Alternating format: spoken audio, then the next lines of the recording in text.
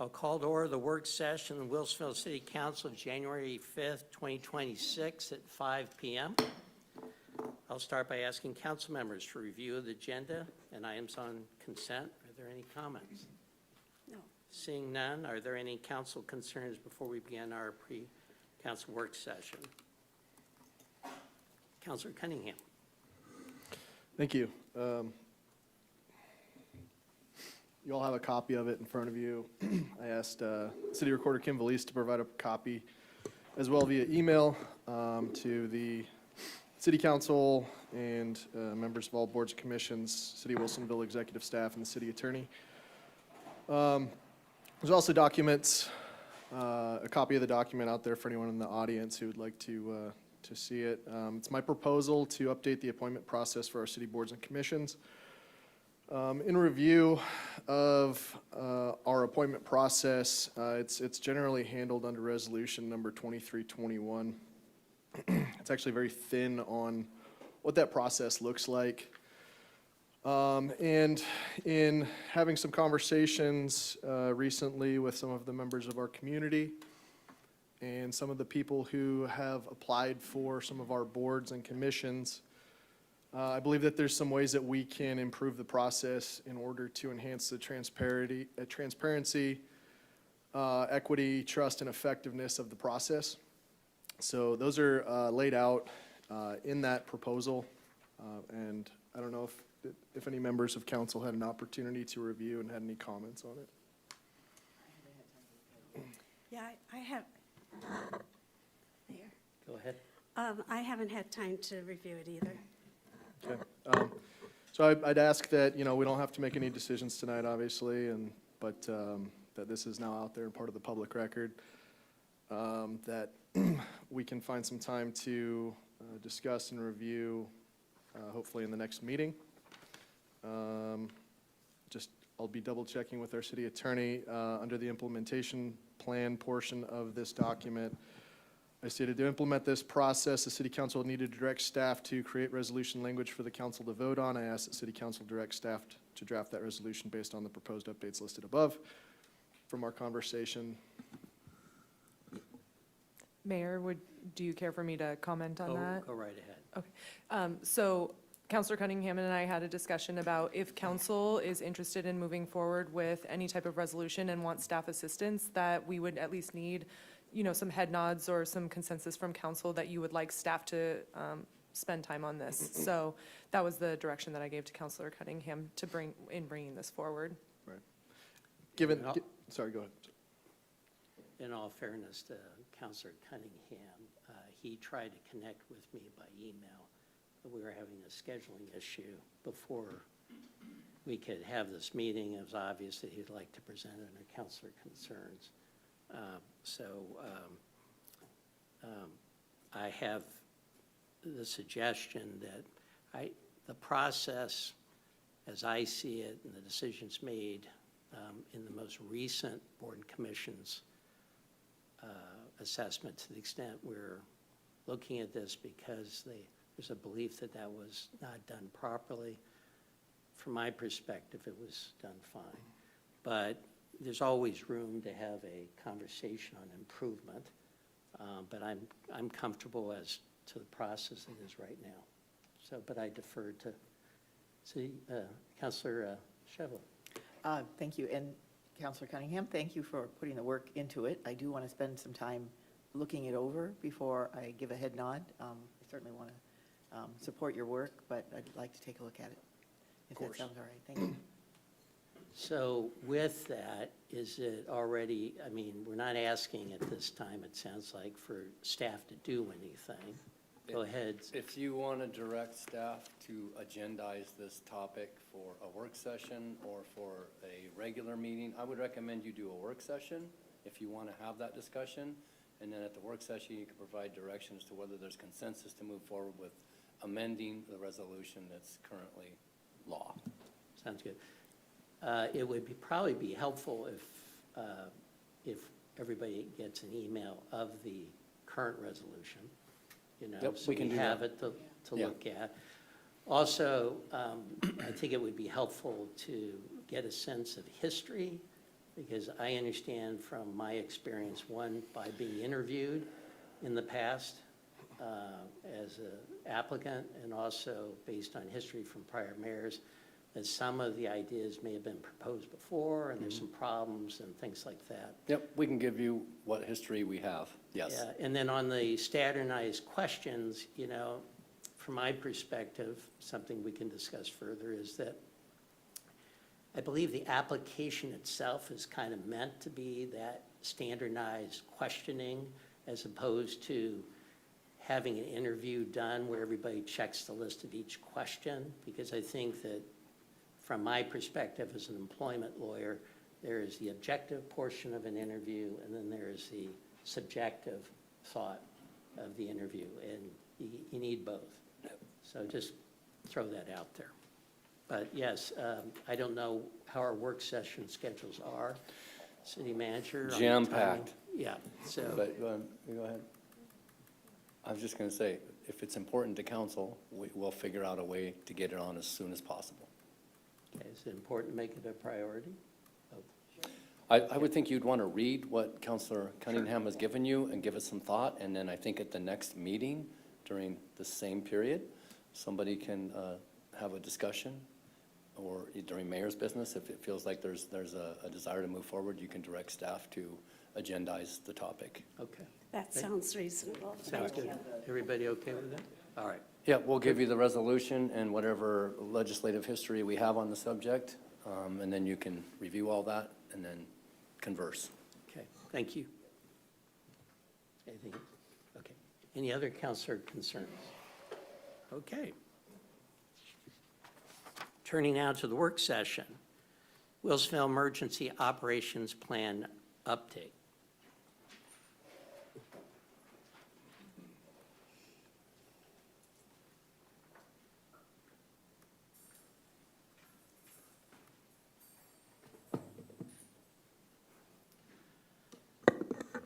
Good evening, Mayor, councilors. Martin Montalvo, Public Works Operations Manager. With me this evening is, Delora Kerber, Public Works Director. And so tonight, we, give me just a moment to get oh, there.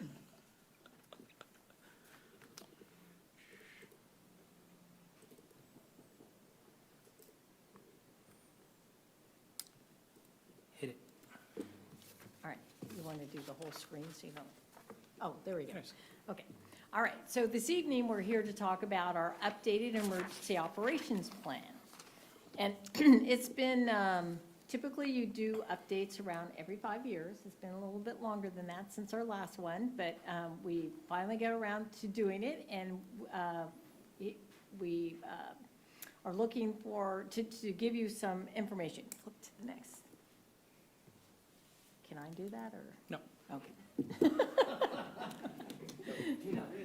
Denied. Okay, here we go. All right, so the emergency operation plan is basically the basis of our whole emergency management program that we have for the city. It pulls together all the information that you would want to know about what to do, who's going to do what, and how during an emergency. It has a multi-hazard approach in that it looks at different types of hazards that we could encounter, and then pulls that information together. All right, so what's new and improved about this 2025 version?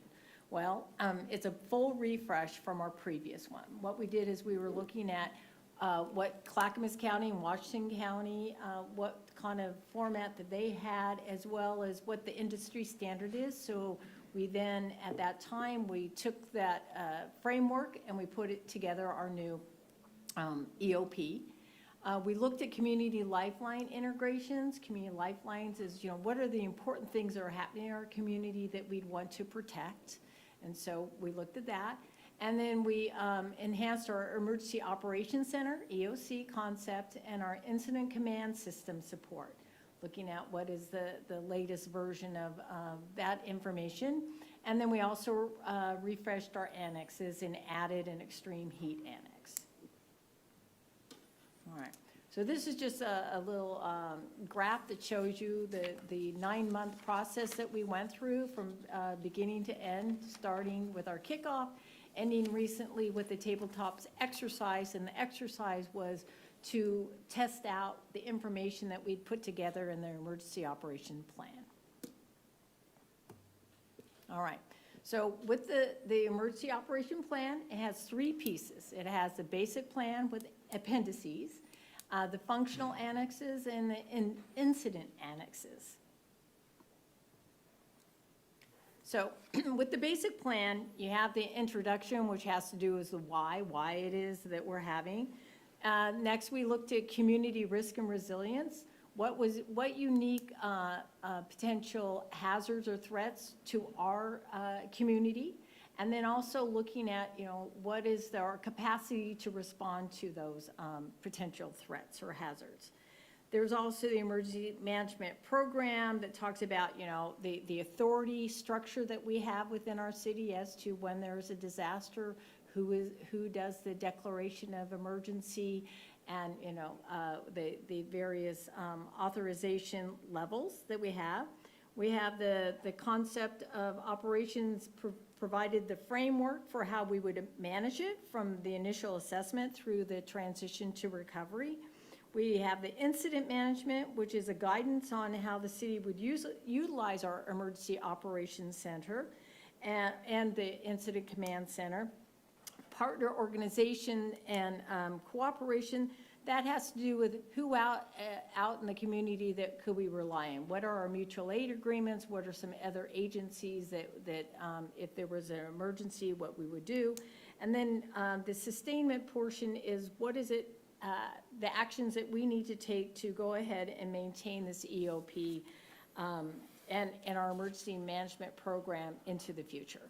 And then the appendices is just reference to resources of the information that we came together with the community lifeline. Like I said, what are some critical elements that are in the city that we'd really want to focus on, and then some information about emergency declarations and materials. So one of the new features in this iteration of the Emergency Operations Plan is the concept of EOP functional annexes. So this is 331 pages. It's a nice short read.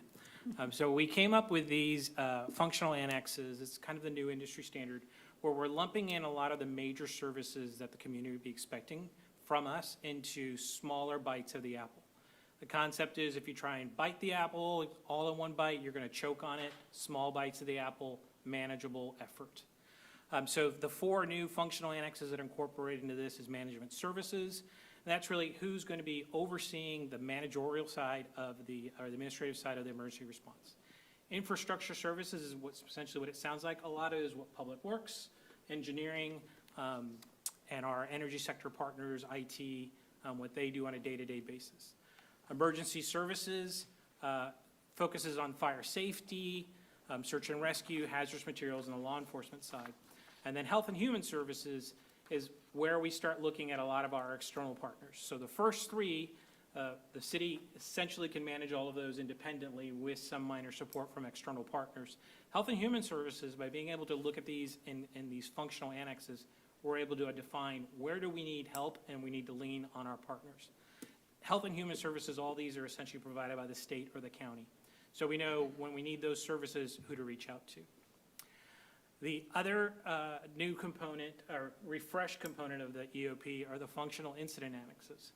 So the previous functional annexes, each of these are about 15 pages with step-by-step guides to say these are the things that need to be considered in the course of this functional service. Then we get even more granular. We say, okay, these are all of the step-by-step guides that need to happen based on the type of event that you're responding to. So as Delora alluded to earlier, our emergency operations plan is an all hazards response plan. It doesn't tailor to one unique event. It talks about how the city's going to respond as a whole, and then we have these smaller granular annexes that we can use for specific targeted incidences. Do you mind if I interrupt you for Sure. a second? So on incident annexes, a lot of these could overlap. Mm-hmm. So how does that work? Can you I'll set you up with 2 examples. Laura knows what I'll probably ask first. the Kinder Morgan pipeline, Yeah. which would be addressed in the earthquake, hazardous materials, possibly a major fire. How does that interact with the process? Who take? So that's actually a very good question, and it was actually practiced at our recent tabletop exercise. So no incident is unique to one particular thing. There are always secondary and tertiary effects from any disaster. In the Kinder Morgan scenario, there are other things that would be affected as a result of, one critical incident occurring that could then have secondary or tertiary effects. And again, this- the bridge as well. Yeah. So what this does is, so let's take the bridge. So you'd start looking at, okay, what do we need to look at in terms of a transportation accident or incident? And have a group of people that are working through that, trying to check the boxes on things they should be looking at. Secondarily, your operations section chief or your planning section chief would be looking at these other annexes and say, well, what are tertiary, second order, third order effects that I should be looking out for? It's really a cheat sheet for those of us working in the EOC to make sure that we're not dropping the ball or being so focused on one particular thing that you don't start thinking about the second order, third order effects. So all of these are intended to work in conjunction with one another and not exclude any other from coming into effect. Okay, thank you. And as I mentioned earlier, this actually was similar to the tabletop exercise that we just completed in the fall. So it was a 4-hour tabletop exercise that we hosted over at the Public Works Complex. The initial portion of it talked about the city's readiness and had an internal discussion with all of our partners.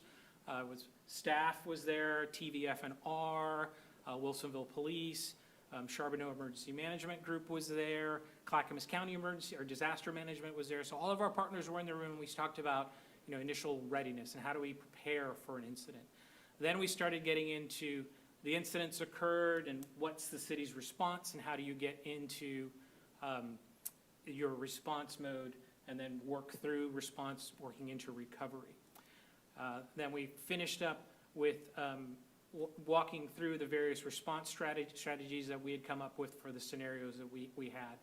So these 3 photos that you see here started as a water line failure and a critical water line in the community, to then a fire incident at the water treatment plant, to then a transportation incident. So none of these excluded, effects or events from compounding on one another, and we had to work through each of these various scenarios and see what the effects had on each of the functional annexes that we had. So key takeaways. We need to test dual location of our operations center. So we have an emergency operations center here as well as an incident command post at Public Works. We need to move to discuss better operational exercises. So we've had a tabletop exercise. Prior to many of you joining the council, we had an emergency every year for the last 5 years where we were actually physically activated. So we didn't have to do tabletop exercises. It was kind of nice doing a tabletop this year, less stressful. Next year, we'll start moving into what we call operational exercises. Those are when we actually start rolling trucks and getting people involved, turning some wheels. With that, we're going to do some annual setup for drills, so some smaller scale individual drills that we can do with functional components, like some stuff for the building official, doing building assessments, stuff for Public Works, doing emergency response.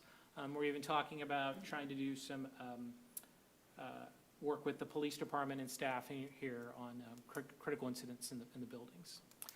And then also talking about the ability to support 24-hour operations with our size of our staff. Once we start getting into 24-hour ops, it can start to weigh on the capability of the city and the morale for the staff and the community.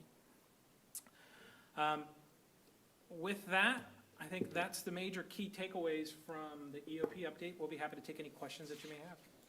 Councilor Shevlin. Thank you, and congratulations to you on a beautiful piece of work. I spent probably 3 hours looking through the plan over the weekend. As many of our, our staff and our counselors know, I live in Charbonneau. And then also in my work life, I had the opportunity to work on emergency operations plans, and this is this is remarkable. I don't see where you missed a beat, although I'm sure you probably know of little details that you want to polish off, but it really, really looks nice. I do belong to the Charbonneau Emergency Operations Team.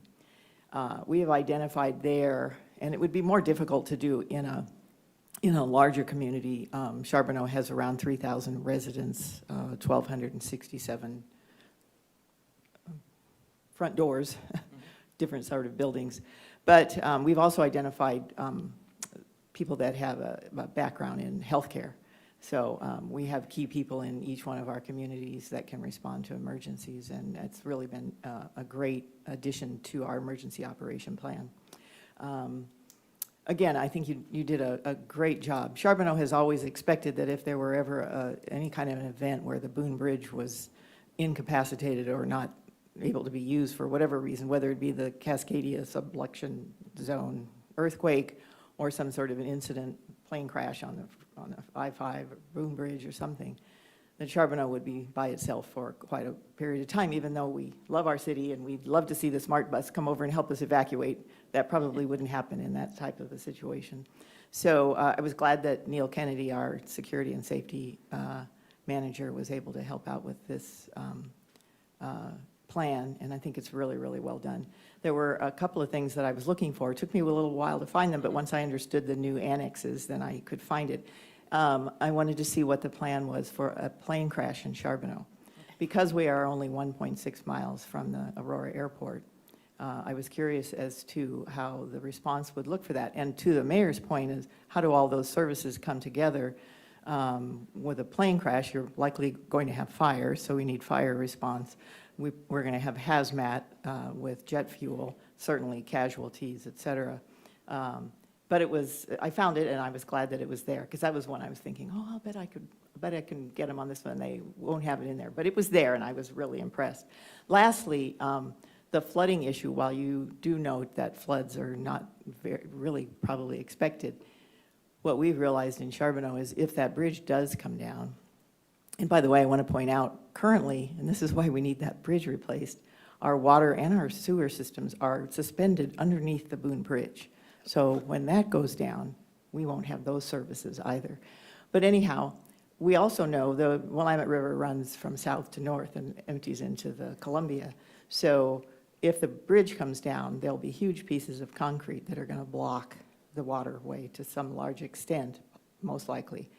And then debris will continue to flow northward and possibly then cause flooding to the section of homes that are along the Willamette River on the northern part of the river, but the southern part of greater Wilsonville. So maybe that'll be a tabletop exercise that you guys might do sometime in the future. But congratulations on a beautiful, beautiful job. Thank you, appreciate it. Counselor Skull. I'd like to reiterate Councilor Shevlin's appreciation for the plan. It's an excellent plan.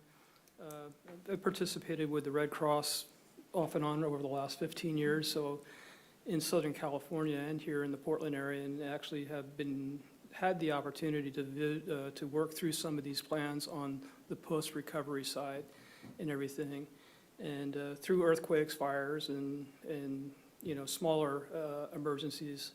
So the question I have really is wrapped around, and we talked about this a little bit when I met with you a couple weeks ago.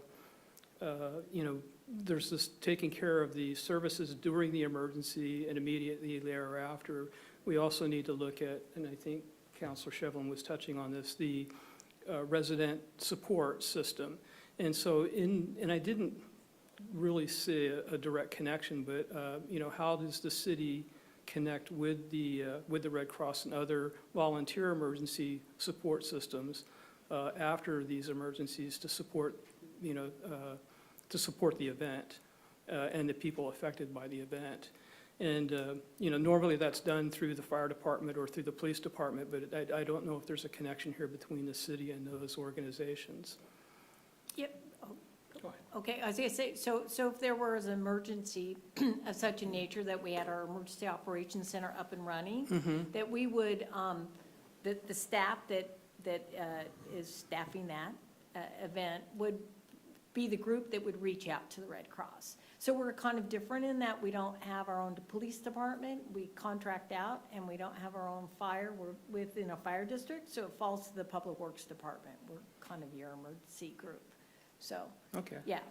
So a lot of the things you just spoke about with the human side, Yeah. the social services side of emergency response, which, you want it to start early, but a lot of it really comes back in the recovery phase.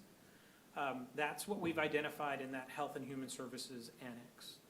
And in that annex, it basically acknowledges the city does not have that capability. We don't have social workers, we don't have medical care workers. We don't have a lot of the certifications and requirements that are administered by the county for those services. So what we've done in the plan, and this is why Clackamas County and Washington County disaster managements were part of this process, is we've acknowledged that and we've made those connections ahead of time so that they know if we start getting into a human care emergency response, that we're going to be leaning on them to help provide that level of support. So we have those commitments now, and we're starting to flex those. Even at our tabletop exercise, we flexed a little bit of that. So are there some contingencies in that plan? And it didn't jump out at me, but, the city, if the city hall is damaged, or, the participants in that from the management perspective, the responders' perspective, of course, they're going to be out and about and doing their thing. Are there contingencies there that if somebody can't make it, then it rolls over to someone else? Or would that, if it fails, if the system fails at the front end, does that roll to the county and the state thereafter? So it does go through evolution and de-evolution of an event. So it talks about as things progress or regress, how that's responded to. It goes into, one of the big things that we did in this iteration, there are no names anywhere in this document. Everything Right. is a title or position now. Right. Because we recognize that previous documents called out Delora Kerber and she can be reached at this number. And then she retires and that document's no longer valid. So everything's names, positions, not just at the city level, but also at the county level. So we start talking about, in the incident annexes, who's going to be the planning section chief, and it's this position at the city. In the absence of that individual, it goes down 3 deep in almost every position. Right. As to who's on first, who's on second, who's on third. So we do have that level of granularity, but we've also left it very open-ended, because we don't want to get into a situation where I'm following the playbook, and the playbook's not working. We want to give you enough breadcrumbs that you can work your way through the incident, but not so prescriptive that you're afraid to make decisions. Okay, that answer, yeah, because that's kind of the basis of my question, because it does get quite chaotic, and, Yeah. and everybody's kind of looking at someone or looking at the book, trying to follow the path, and the path ain't working. So you have to kind of divert left or right to make sure you're still acting. So, thank you. Good job. Thank you. Anybody else? Council President Berry. I just wanted to also say thank you. I thought the report was really, really well done. And it makes me proud to be part of the city of Wilsonville when I see reports like this, where it was obvious that a lot of thought and expertise had been put into the written document. I did look for contacts, and I realized that, things change, but I assume that there's a system set up so that staff during an emergency would be able to easily get the contact information they need, right? It's preloaded on all of our city-issued phones. We have an app that basically disseminates our contacts list, keeps it, readily available to us with personal phone numbers, cell phone numbers, other means of communication. So we rely on that, and then there's hard copies of most of these documents. They'll be going out to all the directors and anyone else that needs it. And You're we have, correct. we have tested, I'm we've sorry. tested our communications plans in the Yeah, past. yeah, and that's one of the things that, when we do our next exercise, actual functional exercise, is, throwing the chaos into the whole thing of where's that list of numbers, or, you know what I mean? That's where the next step will come. When we attended the most recent League of Oregon Cities conference, one of them was on emergency management, and they described a scenario where, you know, a real-life situation where the emergency plan had to be put into effect. And it can be so chaotic that it's to have something written down like what you have just makes me feel so much better. Right. Thank you. We also have mutual aid agreements. We have resource sharing with employees. When did we do that? That was a while ago, right? Yep, so we have a stranded worker agreement that we're a partner to, which basically says if somebody that works for Lake Oswego can't make it to Lake Oswego, but they live here in Wilsonville, we're willing to temporarily use them as a resource. Same thing, many of our staff live south of the river, so if they can't be used by Wilsonville, they're allowed to be used as a resource for other agencies. All of our IGAs are either referenced in or copied in the actual document, so we have those available so that if we have to lean over to our partners at legal and say, hey, we need help from X, Y, or Z agency, are we covered? They're not wasting time trying to find, where's that document? It's noted here. Sweet. Yep. Thank you. I have a few things. I ditto everything that was said by counselors. It's a well-thought-of written document. I'm all into table exercises, and I appreciate the fact that we do those.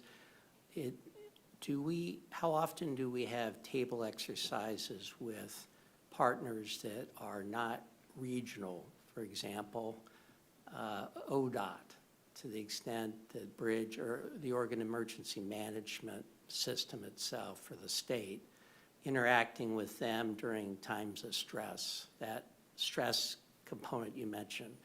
Kinder Morgan Pipeline and the federal agency that's in charge of oversight there in conjunction with DEQ where it goes over the river.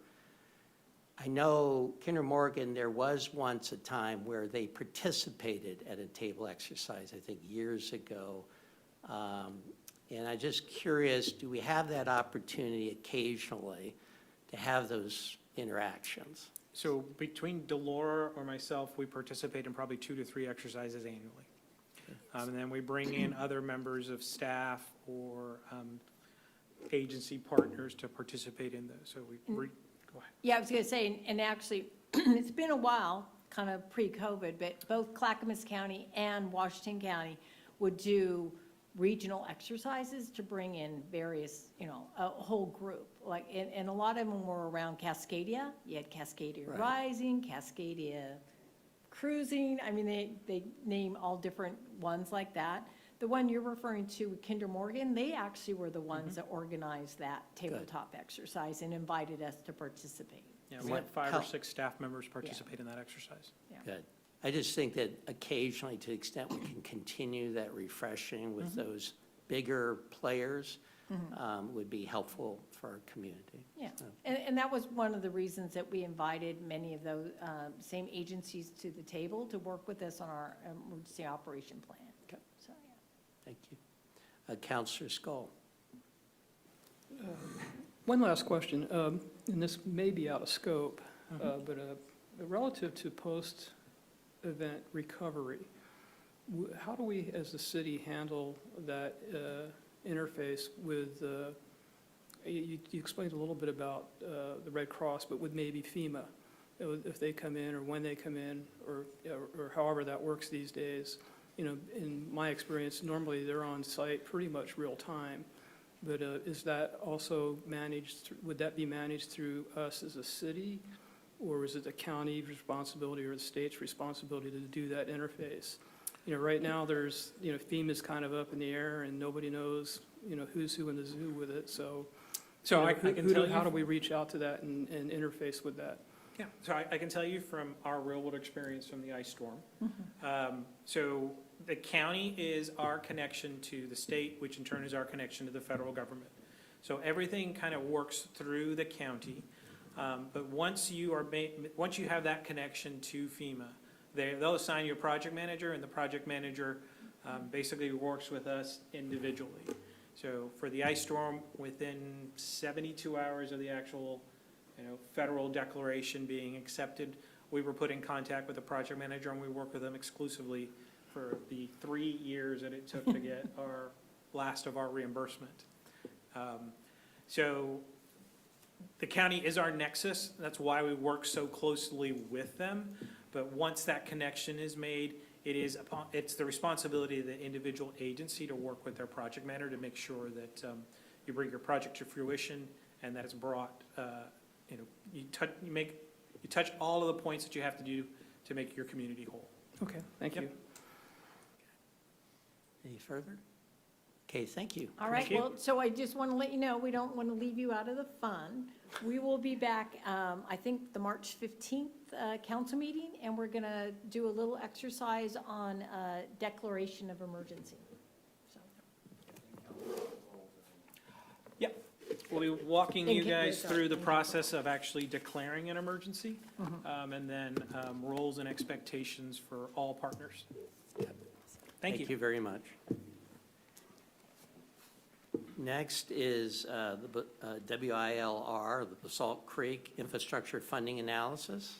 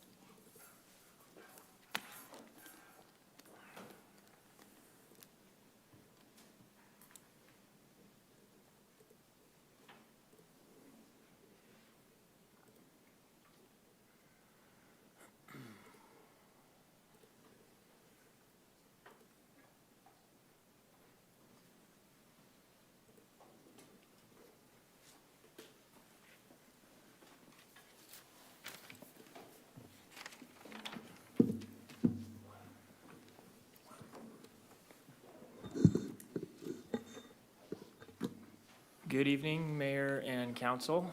My name is Matt Lorenzen. I'm the city's Economic Development Manager. You may notice there's a face missing that's usually here, and a face you may not recognize. First and foremost, I want to recognize Cindy Luxhoy, who has done a ton of work on this project and has left it to us to bring to the finish line after her retirement. She retired at the end of the year, and just want to recognize her hard work on this and so many other projects, and wish her all the best. To my right is Chris Myers, who comes to us most recently from the city of West Lynn. He's a senior planner with the city of Wilsonville now. We're glad to have him on this project. He's getting up to speed and helping us out tonight. Hopefully, those of us who have been on the project longer can handle the majority of the questions. I thought we were just going to direct all the questions to him. Trial by fire. Perfect. Welcome. Thank you very much. And then, of course, to my left, I have Nick Papanuk with Tiberius Solutions, who's been our consultant on this component of the Willer project, the Basalt Creek Infrastructure Funding Analysis. So for context and introduction, for the benefit of all, the Willer project, as we call it, stands for Wilsonville Industrial Land Readiness. It's a citywide project, but has a focus on the Basalt Creek planning area in the northwest corner of the city, north of Coffee Creek. And so we've had two phases, one which focused on Basalt Creek specifically, and one that is citywide comprehensive look. There's an economic development strategy component, there's a site suitability analysis component, there's an economic opportunities analysis, which helps us inventory land and determine how much land we have and how much we will need in the future in order to accommodate economic growth. Point being, there's a lot of different parts that are coming together here as we move into 2026 that will culminate into a comprehensive economic development strategy, and then a Basalt Creek master plan, which will facilitate and enable development in the Basalt Creek planning area. So up to date, if someone were to bring a development application to the city in the Basalt Creek area, we wouldn't be able to process that application. There's no zoning policy, There's no infrastructure planning other than conceptual work. We have all the concept planning done, but this work is meant to refine that and bring this to a development-ready status where we can field an application and allow development to occur in this part of the city. So as part of the look at Basalt Creek, we not only look at land use planning, we forecast development and bring those pieces together to inform and to help us understand infrastructure needs. Once we have sort of a list of critical projects, which we do have, and that's been on the record for a long time as part of our transportation system plan, the next stage is to marry that again with land use planning and determine how do we pay for these items over time, and how do those costs get covered either by the private sector, by the city, through SDCs and other fees and other revenue streams. And so that's the focus of this particular component, doing an analysis to understand the development prospects for this area. What does that translate into in terms of city revenue generation? And then looking at how well that does or does not cover the costs of the infrastructure needed in this area. And if it doesn't, how do we solve for those funding gaps? So this is not a funding plan, but rather an analysis that will help us to have the data we need to make informed decisions as we move forward with the implementation of the master plan. With that, I will hand it over to Nick and let him guide us through the body of the presentation, and then we'll all work to answer your questions at that point. All right, thanks, Matt. Pleasure to be here with you all tonight. I'm a public finance consultant, been doing this work for 20 years now, and I've been working for the city of Wilsonville for, I don't know, maybe 15 years of that. So a lot of history working with the city on financial challenges. And the city's actually done a great job of providing infrastructure funding over that 15-year period. When I do other work across the Northwest, I often point to the city of Wilsonville as positive examples of what communities can do when they really invest the resources and have the right staff and the right vision to make things become a reality. So we're looking tonight at the Basalt Creek infrastructure funding analysis. There is a written report that was in your packet, I think, gosh, probably 50 or 60 pages long. We are trying to condense all of that down into about a 15-minute presentation tonight. So we really will be focusing sort of on the highlights and the key conclusions that we take away from this.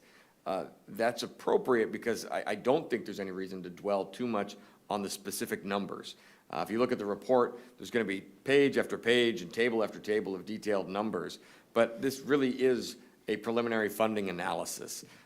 This looks at numerous scenarios talking about how infrastructure could be funded years or decades into the future, the specific line items and how much this project is going to cost and what year that project is going to be funded in. All of those details will obviously shift over time. But the key conclusions that we come up with at this phase, I think, will wind up being true for years to come as you work on implementing your vision in this area. Just to ground everybody in the audience on the area that we are looking at, the study area for our Basalt Creek study is a little bit different than the entire Basalt Creek concept plan area. So this is only looking at a roughly 250-acre site. It's obviously only including the Wilsonville portion of the concept plan area, and it's also excluding the West Railroad area that would be off to the southwest of what we're showing here, focusing specifically on this area as a collection of parcels that are maybe more ready for development than when we look at the West Railroad area. This map in particular brings together a number of different data sets and key pieces of information and assumptions for the analysis. At first, we could see land uses on here. So the different colors on the map show where light industrial development is expected on the west side of this study area, where high-tech employment is anticipated in the south and east portion of the study area, and then that craft industrial section sort of right in the center. But overlaid on top of that, we could see some properties with diagonal hash marks. Those are properties that already have relatively significant developments on them today. So those properties are not ones that we anticipate would develop in the near time frame over the next 20, 30 years. We think that the development that's on them is likely to stay. We also see some other shading, particularly down the center of the area, where we're looking at other development constraints, usually wetlands or riparian area, where there's land that's not available to develop. And then you can sort of see on the screen two sort of large rectangles, one right in the center and one on the eastern side of this study area.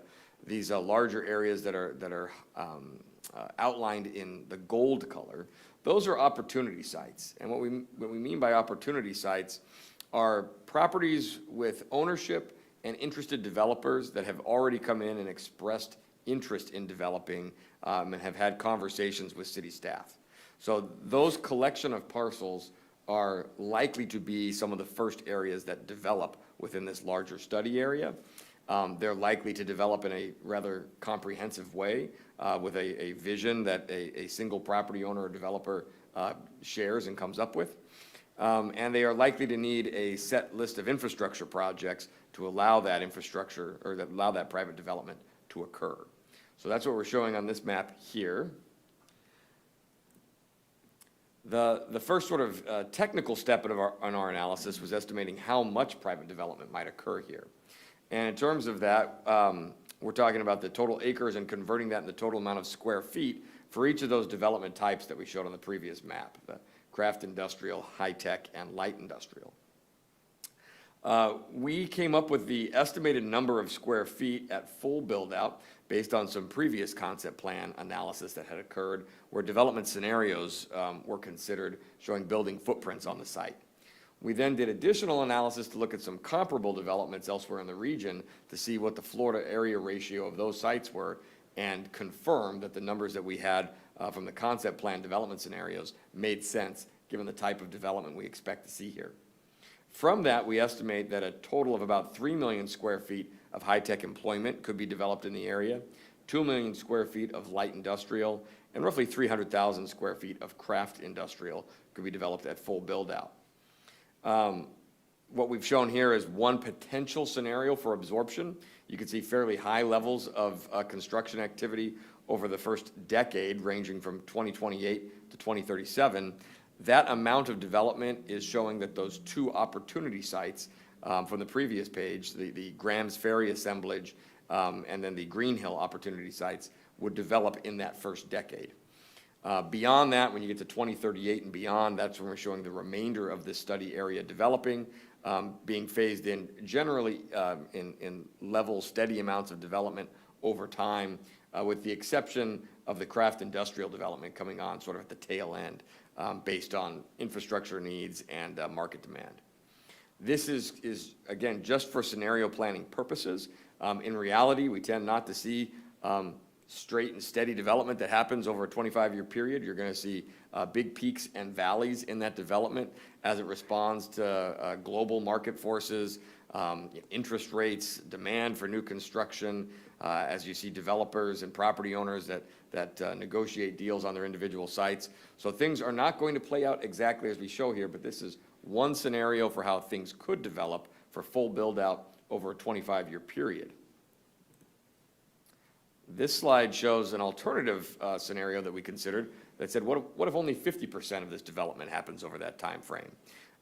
So it's again just showing an alternative scenario. We wanted to make sure that we weren't looking at only the best case scenarios of every piece of property developing over 25 years, but also saying, what if we see slower development take place here? What if we spend decades encouraging development and there's still a lot of land here that's still left to develop? And so we, throughout this remaining presentation, show multiple sets of numbers, some that look at full build-out and some that look at this 50% build-out scenario. We looked at two main types of revenues in this forecast. The first is system development charges, or SDCs. This is the SDC forecast for full build-out. The city is looking at SDCs for water, wastewater, stormwater, transportation, and parks. We can see on the slide that transportation SDCs for these employment development types are far and away the largest amount of SDC that would be generated here. At full build-out, we expect that it would generate 27 million of transportation SDCs, 7 million of stormwater SDCs, a couple of million for water and wastewater, and about 1 million of parks SDC funding over this 25-year time frame. When we look at the 50% build-out scenario, we see numbers that are 50% as much. So looking at 14 million for transportation, 3 million for stormwater, about 1 million for water and wastewater, and less than $1 million of SDC revenue for parks. Again, I wouldn't focus on the exact year that any of these revenues would be generated, but the key takeaways from this is that for most types of infrastructure, SDC revenues are going to be fairly humble from the development in this area. You're not generating tens of millions of dollars directly from SDCs. And then the other thing to take away is that SDCs are paid at the time of development. So these dollars are not all available in year one. They come in over time as that development occurs. And if there are market forces or things that happen beyond your control that puts a pause on development in the area, then revenues are also paused for that period of time. So the timing of these revenues is entirely dependent on the timing of the private development that occurs. The other potential revenue that we looked at was tax increment financing, also known as urban renewal. So we said, what if the city established a new urban renewal area that had the same boundary as the study area we're looking at for Basalt Creek?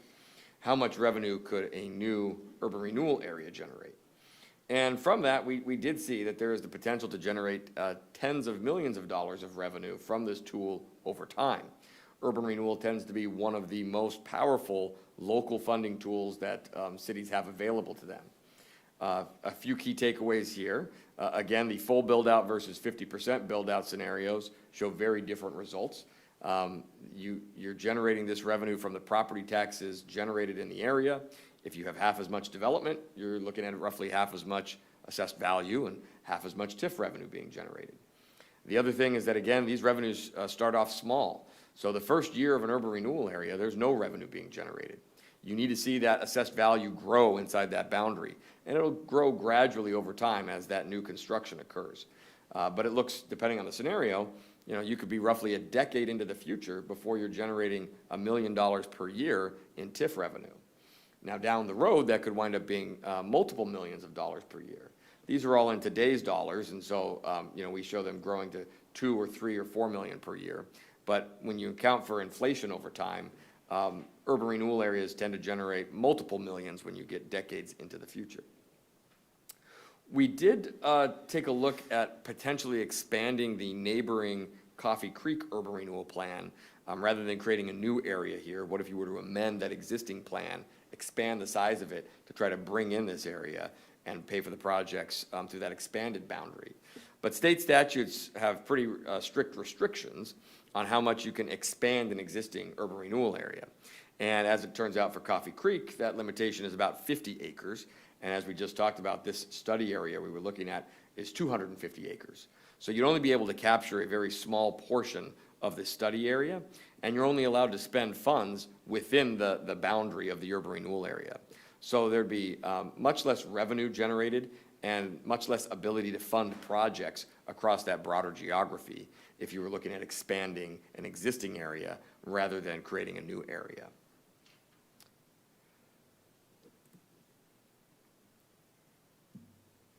Those slides take us through our revenue forecasts, but then we want to marry those revenue forecasts with our assumptions on the timing and costs of projects that would be needed to develop this area. And when we put those two together, that's when we talk about a cash flow analysis. Cash flow analysis can be a lot more informative than simply looking at the total revenues forecast and the total project cost within a study area. There have been lots of times when I've worked with communities and we look at the total project list and the total revenues, and the revenues look like they will be more than enough to pay for those projects.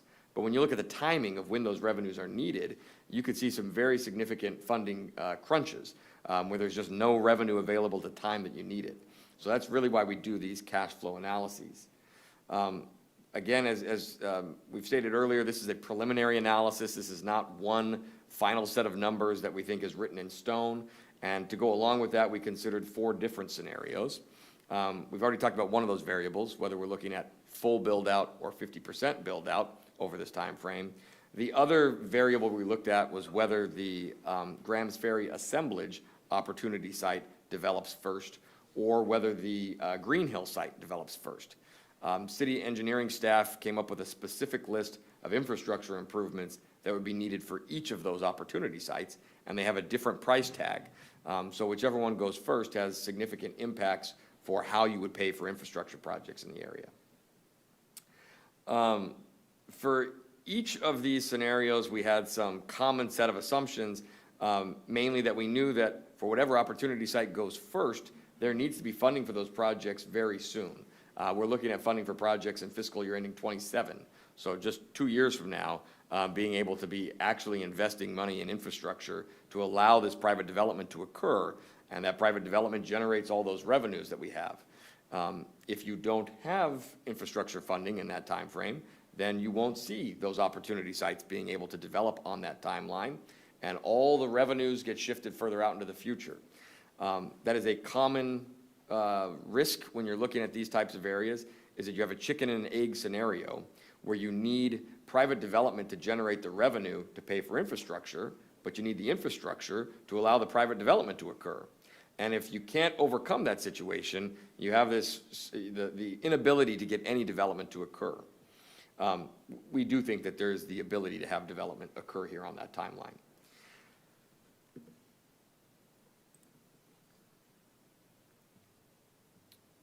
This is just illustrating one of the scenarios, and this is only looking at the uses of funds over time. We're not going to go into the details of all 4 of these tonight.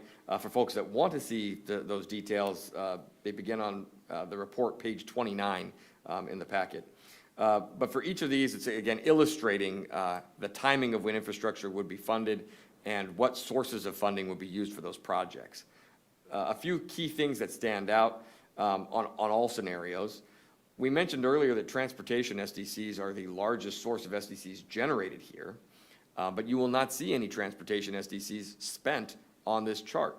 That's because the transportation infrastructure that we've estimated is needed in the area is estimated to be the responsibility of private developers and not a city responsibility. So all of the transportation SDC revenue generated in here would go to fund other transportation projects citywide, as opposed to being spent on projects in this particular study area. For the other projects, we show that in the early years, there just simply isn't enough of the SDC dollars to be able to pay for those projects. And so the upfront funding costs largely rely on TIF revenue.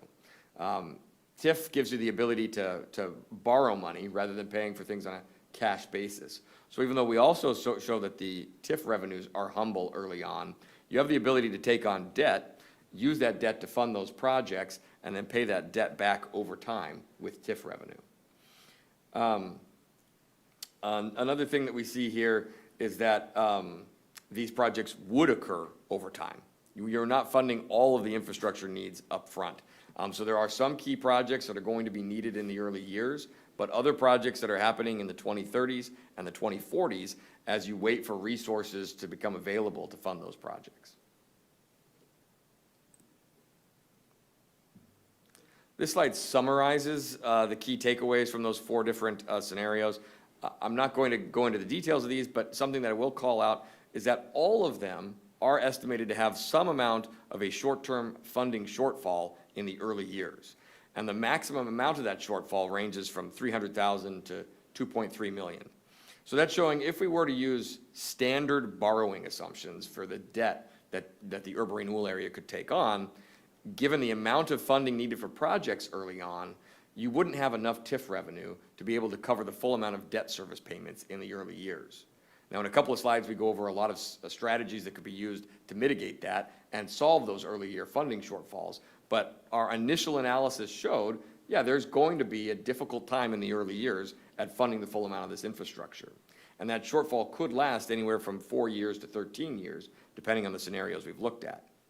That short-term funding shortfall, however, is also paired with a long-term funding surplus. So over that 25-year period, we show the TIF revenue being significantly more than the total cost of the projects that we anticipate would be needed here. That means that that revenue could be used to fund other projects, things like site acquisition, development partnerships, other infrastructure needs that we just didn't include at this phase of the analysis. Or it means that the urban renewal plan wouldn't need to exist for as long. It could close down sooner, generate less revenue, and then close down to allow those funds to flow back to all the impacted taxing districts. I would say, when I see these results, a lot of what I'm looking for in this analysis for other communities is, does it look like this funding concept is obviously going to be successful, obviously going to be insufficient, or does it look like it's on the cusp? And when I see these numbers, this shows me a funding plan that's on the cusp of being successful. There are some short-term deficits and long-term surpluses and strategies that the city can use to pursue to resolve those short-term deficits. Small changes in assumptions that occur over the next few years as you work towards development here can have an impact on whether this is feasible or not. So if project costs go up or down, if interest rates go up or down, those types of changes will affect the amount of shortfall that we're looking at here. So in general, I'd say this is an encouraging result, but this is not saying, hey, we solved all your problems. We can all go home and not worry about funding infrastructure here again. Certainly more work to be done. When it comes to addressing funding shortfalls, and I'm going to move through these fairly quickly because we just for the sake of time and making sure we have time for your discussion tonight. But one strategy is delaying the timing of public improvements. Anything you can do to take projects that we think need to happen up front and push the timing of those projects later on makes a big impact on the financial feasibility. Developer-led construction of those public improvements.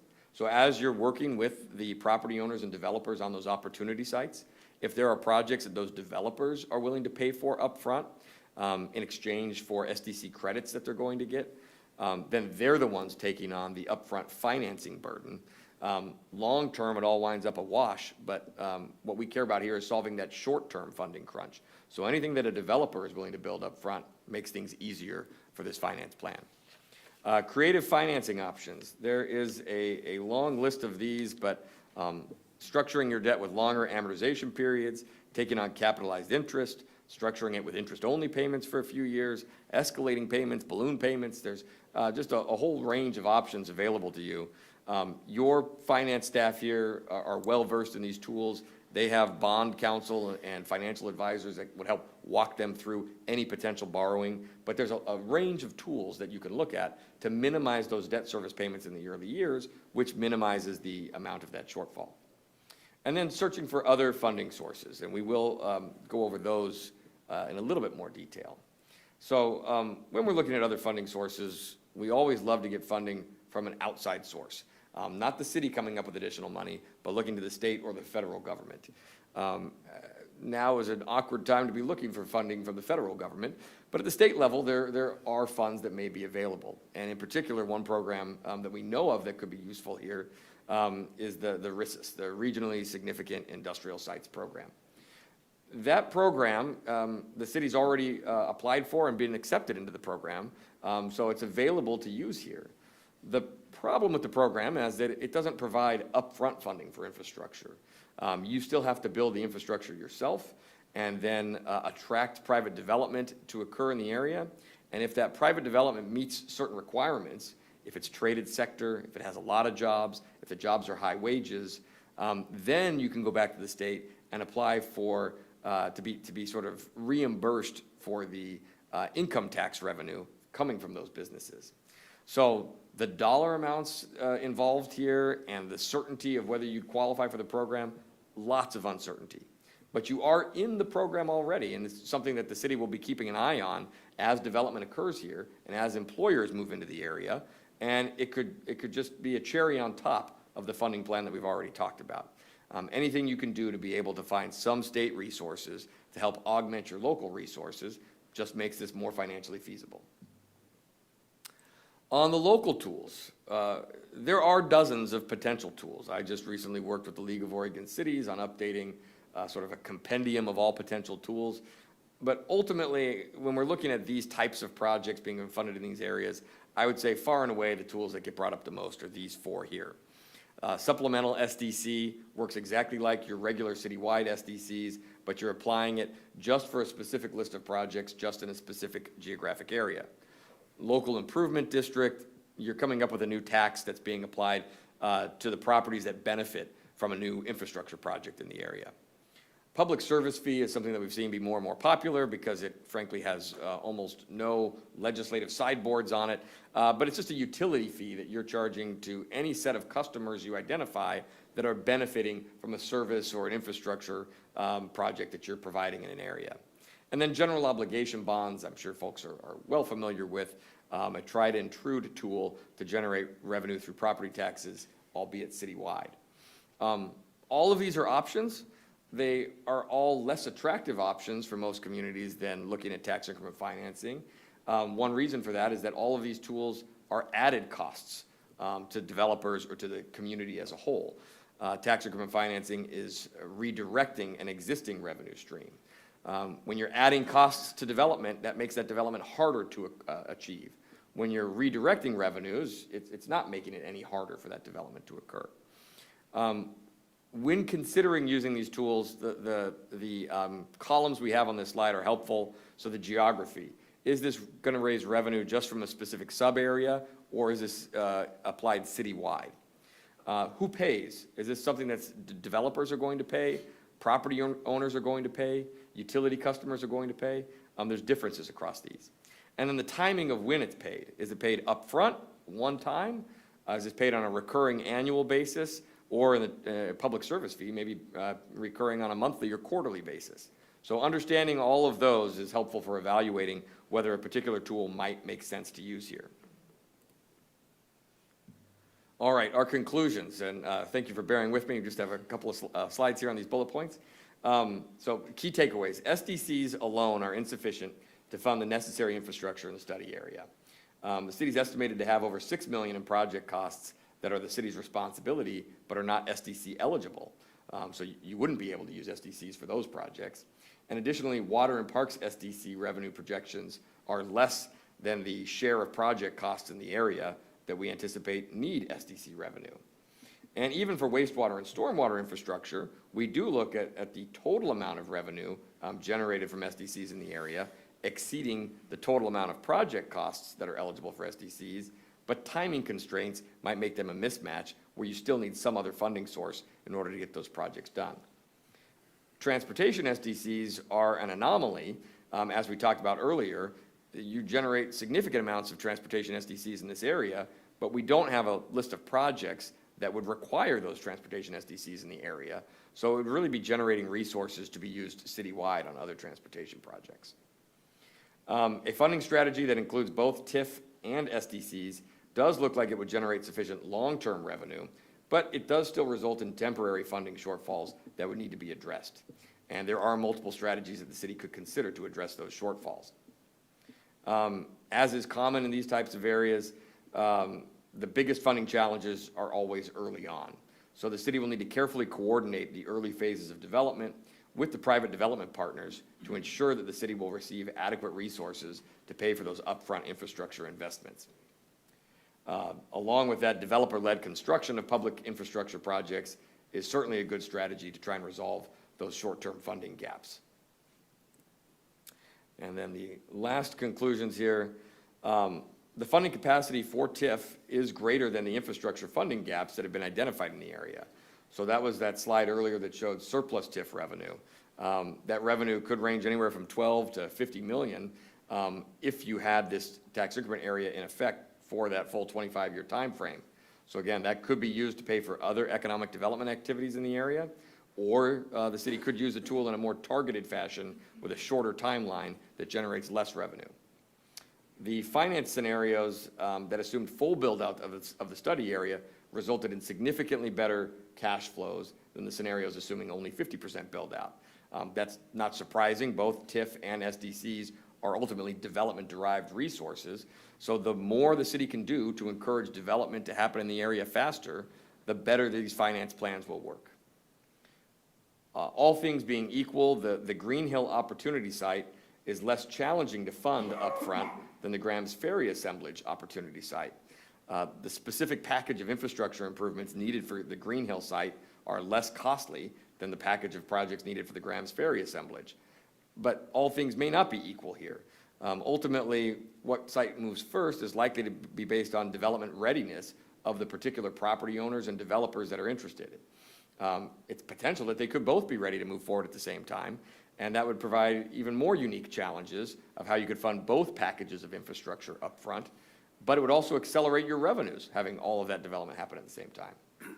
And then the last two bullet points just touch on uncertainty. The RISIS funding from the state, very uncertain how much revenue could be generated there, but obviously something to continue monitoring and pursuing as development occurs. And TIF revenue, even though it was a central sort of focus of this analysis, is inherently uncertain. The city has always sought an advisory vote of the public before using TIF, and the last time the city went out for an advisory vote, it was maybe one of the closest votes I've ever seen, but the public voted against the use of TIF. And so you have to think about that for this area. Is there enough support to move forward with TIF in this area? And if there is, again, it could be a really large component of this funding plan, but it is uncertain given the political sensitivities of using TIF. So with that,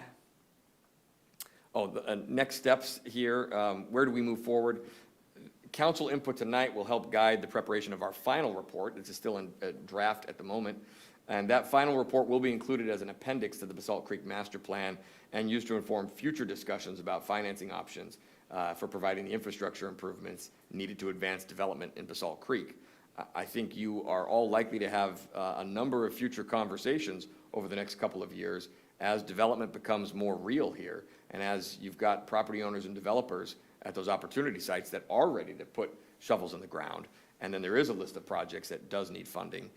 So this is just setting the stage for those upcoming conversations. And Matt, I think I turn it back to you now for these discussion questions. Sure. Yeah, I won't read them to you, but here they are. We are here tonight mainly to share information. There's, of course, an opportunity for feedback and incorporating your comments or concerns into more analysis. We invite those questions and those concerns, if they exist, to see how we can modify this before we incorporate it into any final documents. But please, let's have a discussion about just your general feedback as well as the specific questions on the screen. Councilor Shevlin. Thank you, and thank you very much for your report. Lots of choices on the table. For myself, and perhaps this might be helpful for a little bit of discussion with council tonight, I'm more likely to eliminate the ones that I think are the least attractive rather than figure out which ones we all like the best. So for myself personally, and I wanted to hear a bit from Matt and the other gentleman as well, anyone that wants to chime in, least attractive to me is the delay, because we then delay getting revenue, but I want to hear more about that and what are the risks.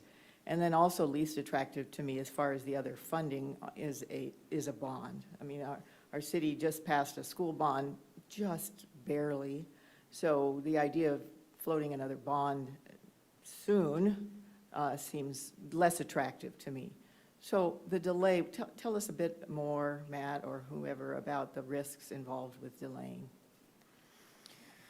Well, Nick, feel free to piggyback here, but the things that can be delayed are the things that are not absolutely critical in order to serve the development that's trying to occur. So there's that piece. If we're talking about delayed requirements, those would require a legal document, and there's, of course, some risk of non-performance involved there. But I don't think we would be able to defer something that's, from a practical standpoint, needed. You know, a sewer line, for example. We can't just approve a development without them being able to dispose of their waste. So aside from that, Nick, what would you add there? Yeah, I think when talking with the city's engineering staff, there's a fairly significant cost associated with regional trails in the area. And regional trails are an important amenity, but unlike pipes and pavement, a building can exist without access to the trails. So that is something that could be delayed as long as the right-of-way was secured. And then there's also the potential to delay some stormwater projects if development is accommodating their own stormwater management on site, that has some challenges, as you might not get as much development square footage to occur if these properties are all trying to accommodate their own stormwater management. So there are, I'd say, nibbling around the edges, there might be opportunities to delay a few projects if you need to make your financing plan work. Thank you. Counselor Skoll? Couple questions. In the region, are vacancy rates still pretty low? As a general rule of thumb, industrial vacancy rates are pretty low, I guess, Yeah, so that would to speak push- in very general terms. Yeah, it's kind of, yeah. And so that's kind of pushing us to the 2027 interest and start and all that, I would assume. And I may have asked this question way back in planning, but what is the timing on annexation of this property, of this area? Does it happen before we start this process, or does it happen after we start it? It's generally driven by developers that are interested in coming into the city. So it's more specific to, like, say you have a project X that wants to come in, it would have to be contiguous to the city limits to annex it into the city. Okay, They would submit that annexation and zone change as part of their planning application. so the income starts to flow as we're processing through that, or does it have No, to wait till the after way it annexation? works with urban renewal, and if I'm over my ski tips, you let me know. But if a project is, let's say a project comes online calendar year 2026, we don't see that increment until the assessor comes out and assesses that project the following year. Is that correct? Yeah, and due to the delays from when you put shovels into the ground to when the assessor gets out there and puts eyes on it until when the actual tax bill is paid, it can often be sort of 3 years after actual construction has begun before those revenues start to come in. So the checklist is rather long. Mhm. Okay. SDCs, are they, and I think I was under a different impression. Or is it a one-time fee, or are they recurring fees? Yeah, it's paid at the time of issuance of building permit. Okay, all right. Actually, looking through the payment options, or actually the financing options, I was intrigued by the shared investment between having the developer do some of the upfront investment and then sharing that with the city, and then I think the return was through SDC credits. What happens if they do that and the timeline of that project starts to stretch out? Is that something that could be renegotiated over Yeah. time? We have actual real-world examples of that happening in Villebois. Because of the great crash, we had Right. to go back and revisit development agreements and kind of renegotiate some of those terms over time. Okay. And can this format of financing, the shared financing, can that be integrated into the TIF model also? Yeah, absolutely. One, just from having the developers build the infrastructure means that there's less need to use TIF to fund those upfront. But there's ability to partner with private developers to be the ones building infrastructure and reimbursing with TIF down the road. Though in this instance, I think all the projects we're looking at likely would be SDC credit eligible. So I don't know that you would need to really pair it with the TIF revenue in that format. But ultimately, those are going to be detailed negotiations with individual property owners and developers. Very hard to plan at the onset of a large 250-acre site. You need to have a developer at the table in a real one-on-one negotiation for what projects they're able to fund and take on and take off of the city's responsibility list. And that's typically done through development agreements. Okay. Yeah. And I have two more questions. The SDCs, if you have multiple projects going on, are the SDCs parsed between the projects, or is there a standard fee format? It's a standardized It's a fee standard, schedule. Just like it would be for residential or something of that sort? Right, yes. There's the city has an Excel workbook that a developer can go and put in certain inputs, and it will generate a fee calculation based on whatever it happens to be, whether it's units of water forecasted to be used, or the size of the water meter, whether it's the square footage of impervious surface. There's these inputs that you put in, and it calculates the For fee. transportation, it's the number of trips generated. So there's different for different SDCs. So we charge them for parks, stormwater, sewer, water, and roads. Okay. Last question is a technical question. I noticed on the full, well, it's on the full build-out and also the parcel build-out, there's a list of items, infrastructure items that need to be, or that we would like to do before or during that development. And I noticed it's a lot of pipes in the ground and stuff of that sort. Are there any additional, is there any additional infrastructure, pump stations or anything required that are not on this list? Because, the main systems are here at the south end of town, and this is the very north end of town. So is there anything that we're not seeing here? Yeah, I don't have the table in front of me. see if I and can don't pull think it we up. have an engineer in the Oh. room, but there are some pump stations required in the Yeah. area to serve, to maintain pressure in the northernmost portion of this planning area. There are pump stations So, required. but it's shared, those are shared with the other areas. They'd be integrated into the city's network. Mhm. Maybe that's not your question, though.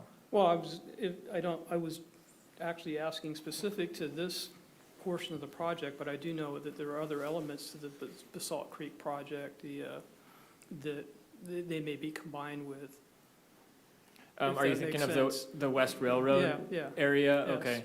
Yeah, the West Railroad area, due to its separation from the rest of this planning area by the railroad, there's some topography, there's some other issues. I'm not an engineer again, and so I hope I'm not speaking out of turn, but I believe the infrastructure needed to serve that West Railroad area would be separate, independent from the project scope that we're talking about here. There wouldn't be a lot of benefit to the West Railroad area. I would more view that as a future study area. Right, Yeah. all right, thank you. Counselor Cunningham. Thank you. Speaking of the transportation SDCs, since this area is not actually incorporating that SDC money and it would go elsewhere, are there ways that we could get creative with that? Maybe delay that part of the SDCs to maybe get some of that upfront financing and help with the developers? If they're not having to pay that at the time, of permit, if we delay that 5-10 years or something like that, it would delay it for the rest of the city, but for this area, we'd be able to pull that money back in and kind of help work with them and figure out a more creative way to use that. Well, they're collected on a project basis and they're spent citywide, but we do have SDC credits that we could work with developers on. There's financing options that your urban renewal or your TIF could be used to help finance that on behalf of the private developers. We have your attorney here, but I've done a lot of work with SDCs in the past, and a challenge when you're trying to use them to encourage a particular developer is that you need to make sure you're applying them universally to all Right. development across the city. You can't show special favor. Right. Yeah. But you could, there have been jurisdictions that have used TIF to finance SDCs. And so the TIF ensures that the full amount of the SDC is paid on time. And now the private developers need to pay a loan payment back to the urban renewal area, since the urban renewal area paid it on their behalf. So there's ways that you could do that. If you had developers that felt that that was enough of a benefit, that it was going to move the dial here. And I don't know if it would be enough of a benefit to move the dial, so. Okay. And you said, so I guess the question would be, and it's probably a legal question, it's probably more than we need to get into tonight, but whether or not we could, you said it would have to be done citywide, but whether or not it could be done in just this specific area, just given the circumstances there, it seemed like if it's not flowing directly into it, if we can find ways to get creative with that, I'd like to explore that. As for the urban renewal or TIF financing of this, I think that this is a really good use of urban renewal, tax increment financing. One of the big criticisms that comes with urban renewal and TIF is that you have an area that is utilizing resources from the taxing districts, but not flowing money back into those things. In a situation like this with an industrial development, you don't see a lot of library use coming out of the industrial development. The police is pretty low. fire, generally, they're not running a lot of medical calls out there like they are for high-density residential or for any residential, really. And so for me personally, I'll just throw it out there that I think this would be a really valid use of TIF, and I think it would be a smart way to go and kickstart this thing. I really appreciate how you mentioned that it looks like we'd have a really good can't remember the word right now. We'd have an excess of funds in this, and we might be able to close that down earlier and start to bring those property taxes right back into the city. And I think that's where, getting these industrial developments done and getting caught up with some of our neighbors, I think would be a huge benefit to just all of the taxpayers across the city. Industrial development is a net benefit when it comes to a lot of these things, and this to me is a no-brainer, and I don't know that there'd be a lot of political issues trying to get an urban renewal district created here. It's not something that I don't think people are gonna have a lot of heartburn with. So on that front, I guess the question, you mentioned, getting the assessor out and looking at it and making sure, so it seems like this is maybe one of the more time-sensitive parts of this, and this might be something that this council looks to get going on as quickly as possible if we're gonna look at opening up an urban renewal district here, just so we can start to get the assessor out, get that done, and start to look at how we can develop this out and get this thing rolling. I think long-term, this is going to be a huge benefit for the city. Yeah, it probably would be a multi-year process to study, and then if you take it out for a public advisory vote, and then implement a new urban renewal plan, and then it does take a year or two after that implementation to see those revenues coming in. So you're right. If you're hoping to collect revenues, say 3-4 years from now, the time to start studying it in earnest is now. Right. So, yeah, that would be the point. If council's excited about this and want to get moving, that's direction you could provide to staff that we could certainly get going. Okay. For what it's worth, that recommendation is included in our urban renewal strategic plan as well. So again, just if the council feels strongly about that, there's precedent for that direction as well. Thank you. City Council President Barry. Thank you for your report. I really appreciate it, and I'm really enthusiastic about seeing development progress in a timely manner. I would also support the tax increment financing and the SDCs. I understand that there's a shortfall. I'd like to look at the state funding through the RSIS because it sounds like there's real opportunity there potentially. And then have the developer, make up some of the public shortfall in the early part of the project development. Thank you. That's helpful, thank you. Councilor Shevlin. I'm on board with the TIF as well, whatever we need to do to get started on this so that we can move forward. Matt, who have you got, not who, but have you got, reassure us that you've got some developers that are interested in this site, on both of these sites.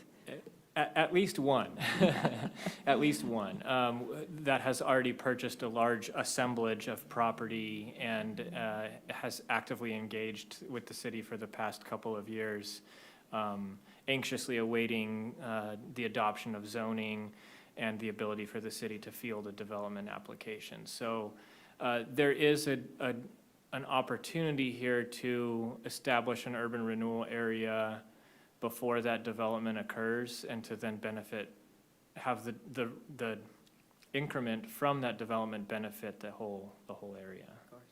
Thank you. So if I can have the last word, I guess, for council, let's get going. So I think I agree with Councilor Cunningham. I mean, this is a perfect example of a least controversial issue with respect to urban renewal. I support that. Anything to expedite that moving forward it would be great. Understood. Anything else? Okay, thank you. Thank you. Work session is adjourned. The city council will meet in executive session pursuant to Oregon Revised Statute, Section 192660, subsection 2, paragraph F, exempt public records to consider information or records that are exempt by law from public inspection, and paragraph H, legal counsel, litigation to consult with counsel concerning the legal rights and duties of the city with regard to current litigation or litigation likely to be filed. Members of the public outside of representatives of the news media, please exit the council chambers. We will resume, we're adjourned for 5 minutes, resuming at 6:35.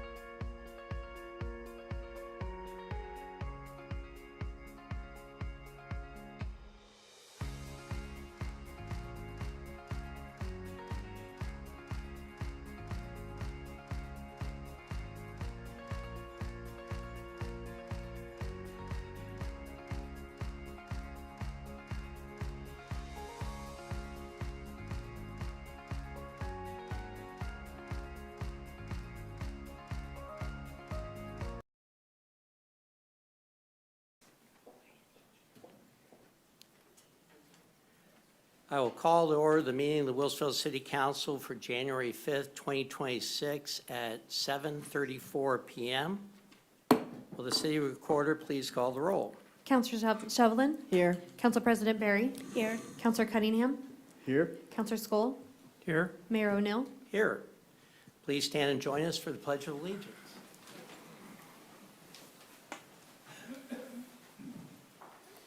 I pledge allegiance to the flag of the United States of America and to the republic for which it stands, one nation, under God, indivisible, with liberty and justice for all.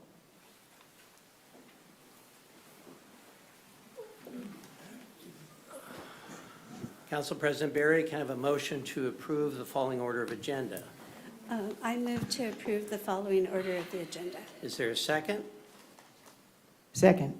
The motion's been approved and seconded. All those in favor say aye. Aye. The motion passes 5-0. Happy New Year and welcome to the first City Council meeting of 2026. I hope everyone had a restful and enjoyable holiday season, time to be with family and friends, to recharge, and to enjoy the traditions to make this time of year special. For those that still have kids in grade school, I think as parents, we're looking forward to them going back to school, although they're not as happy. So, since our last City Council meeting, I've had a very full schedule, attending a number of local and regional meetings and events.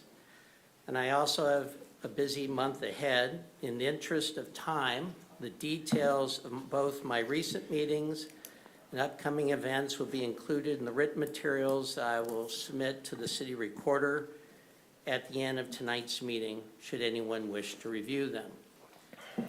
At this point, before we move forward, I would ask the city manager if he is prepared to make a statement. Yes, Your Honor. We had planned during legal business to seek direction regarding next steps following the filing of initiative petition number 2025-01I-01 sub-I by a group of residents seeking a public vote in May 2026 to consider amending the city's charter.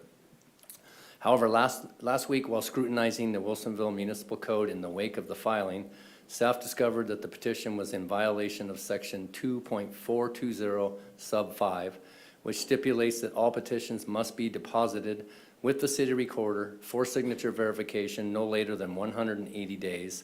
That would be November 19th, 2025, after circulation approval is granted, May 23rd, 2025. In this instance, an insufficient number of valid signatures was received by the November 19th, 2025 deadline. Last Wednesday, December 31st, our elections official notified the chief petitioners that the petition is void. In this instance, my staff did exactly what they are to do to adhere to applicable state and local statutes. However, given the circumstances and the importance of maintaining the public's trust, I have instructed staff to rescind the letter and to consider the petition filed. Although we will table consideration of next steps this evening, City Council has time to discuss next steps. Thank you. Yep. Okay, with that, I'll just let everybody know the next City Council meeting is actually Thursday, January 22nd at 7 p.m. because the city offices will be closed on Monday, January 19th in observance of Martin Luther King Jr. Day. With that, since there's no communication scheduled this evening, we'll now move to community input and announcements portion of the City Council agenda. This is an opportunity for visitors to address the City Council on any matter concerning city business or in any matter over which the council has control. It is also the time to address items not on the agenda.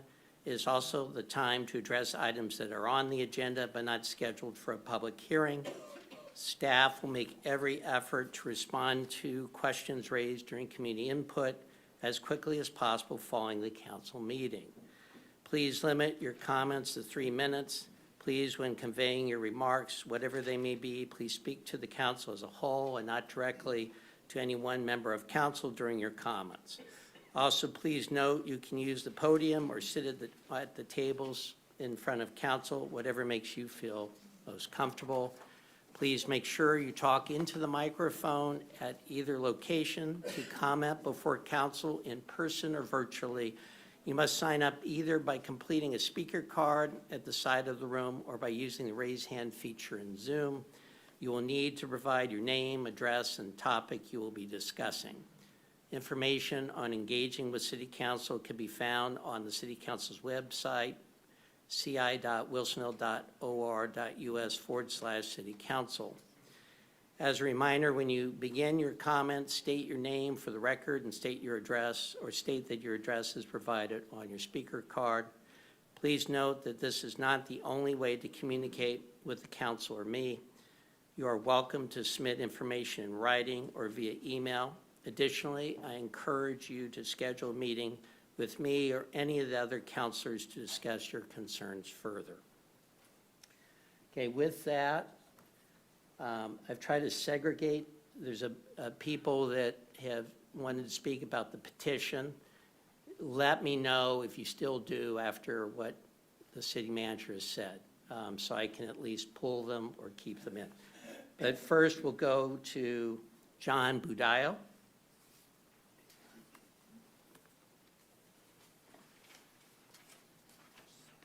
Good evening. My name is John. My address is on file. Over the years, I want to talk about boards and commissions. Over the years, I've been interviewed 3 times for the planning or development boards. Each time it was only the prospective mayor at the time. Just like any job interview, I expected multiple people in the room for the interview. Maybe department head, manager, supervisor, HR, maybe even the union rep if it called for.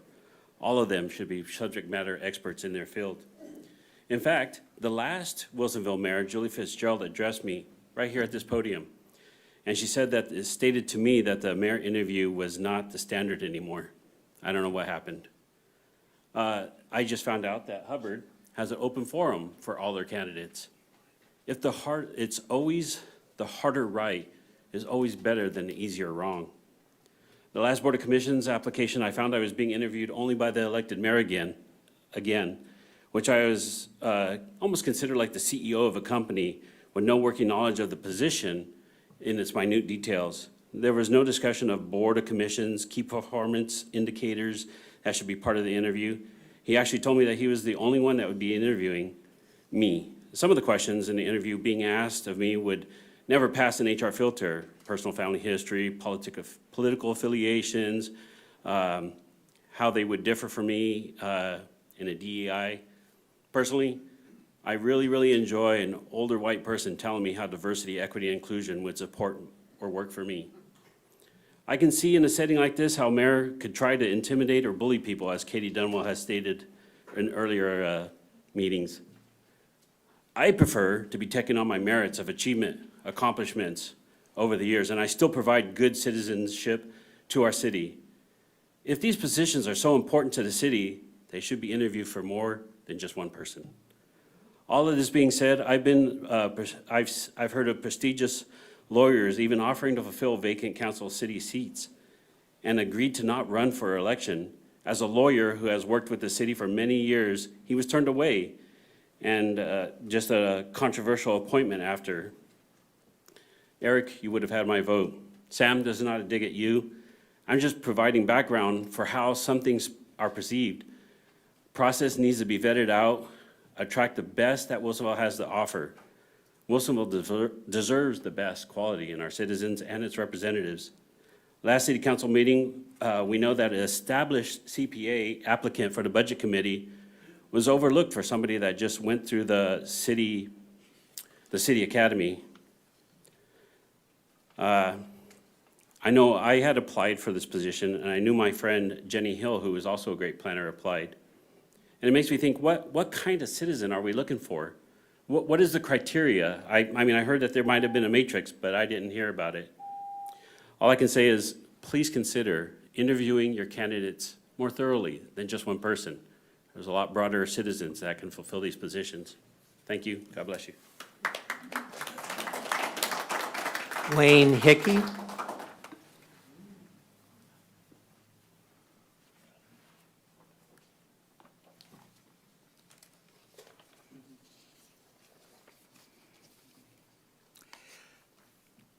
Thank you for the opportunity to speak before you this evening. My name is Wayne Hickey, and my personal information is on file. I have lived in Wilsonville for 8 years. I chose Wilsonville because I like the small town atmosphere, much like a town that I spent most of my adult life in. I expected to find a close-knit community where all of the elected and volunteer officials were both competent and all working towards the same mutual goals. That is, doing whatever it takes to improve the community on behalf of and for the residents' well-being. Having observed what has gone on over the past few months with the workings of this council and the way committee appointments and selection are currently handled, I am seeing a council not necessarily working in the best interests of all residents. My comments are based on many years of personal experience volunteering my services and my expertise to the communities I have lived in. To wit, I served 8 years as the chairman of a community planning group where we managed growth to better the community. I served as a director of a water utility that my board was instrumental in purchasing and converting to a public agency. I also served as the CFO of the San Diego Environmental Foundation, and among other positions, which I don't have the time to go on. I only mention this because I have learned a lot about how to make a community strong through both hard work and not repeating my mistakes. So specifically, let me give you a few of my observations. As you are aware, there have been allegations of bullying, private agendas, and cronyism made by members of the community. A do-it-my-way or the highway approach. I don't know if this is true or not. That's not for me to discuss tonight. But that approach is not going to bring this community together, and going forward, it's not going to lead to good, cohesive leadership. I notice some of this tension when I attend county council meetings. Secondly, and most importantly, your very narrow procedure for selecting candidates for board positions is not what an enlightened city council uses. To review, 1, candidates must obviously apply by the stated deadline. But I understand that someone who missed that deadline was appointed to the Budget Committee. I am told that that person has no prior experience in finance or budgeting, while some other candidates did. Number 2, the council does not currently have the ability to interview the prospective candidates. Only the mayor does. The more engagement by council members, the better your decisions will be in the future. Number 3, the appropriate city staff don't interview prospective candidates. You are missing an important step here, and it is imperative that experienced professional staff members be allowed to weigh in. And if you don't find the right candidate, don't settle. Continue the search, extend the deadline. In closing, there are very important and financially serious issues coming before the council in the very near future, and I believe that you need to reevaluate the way you do things and make serious improvements for the betterment of the people that you are elected to represent. And I thank you, and I have copies for each of the council members that I'll have distributed. And give them to the Jeff Height.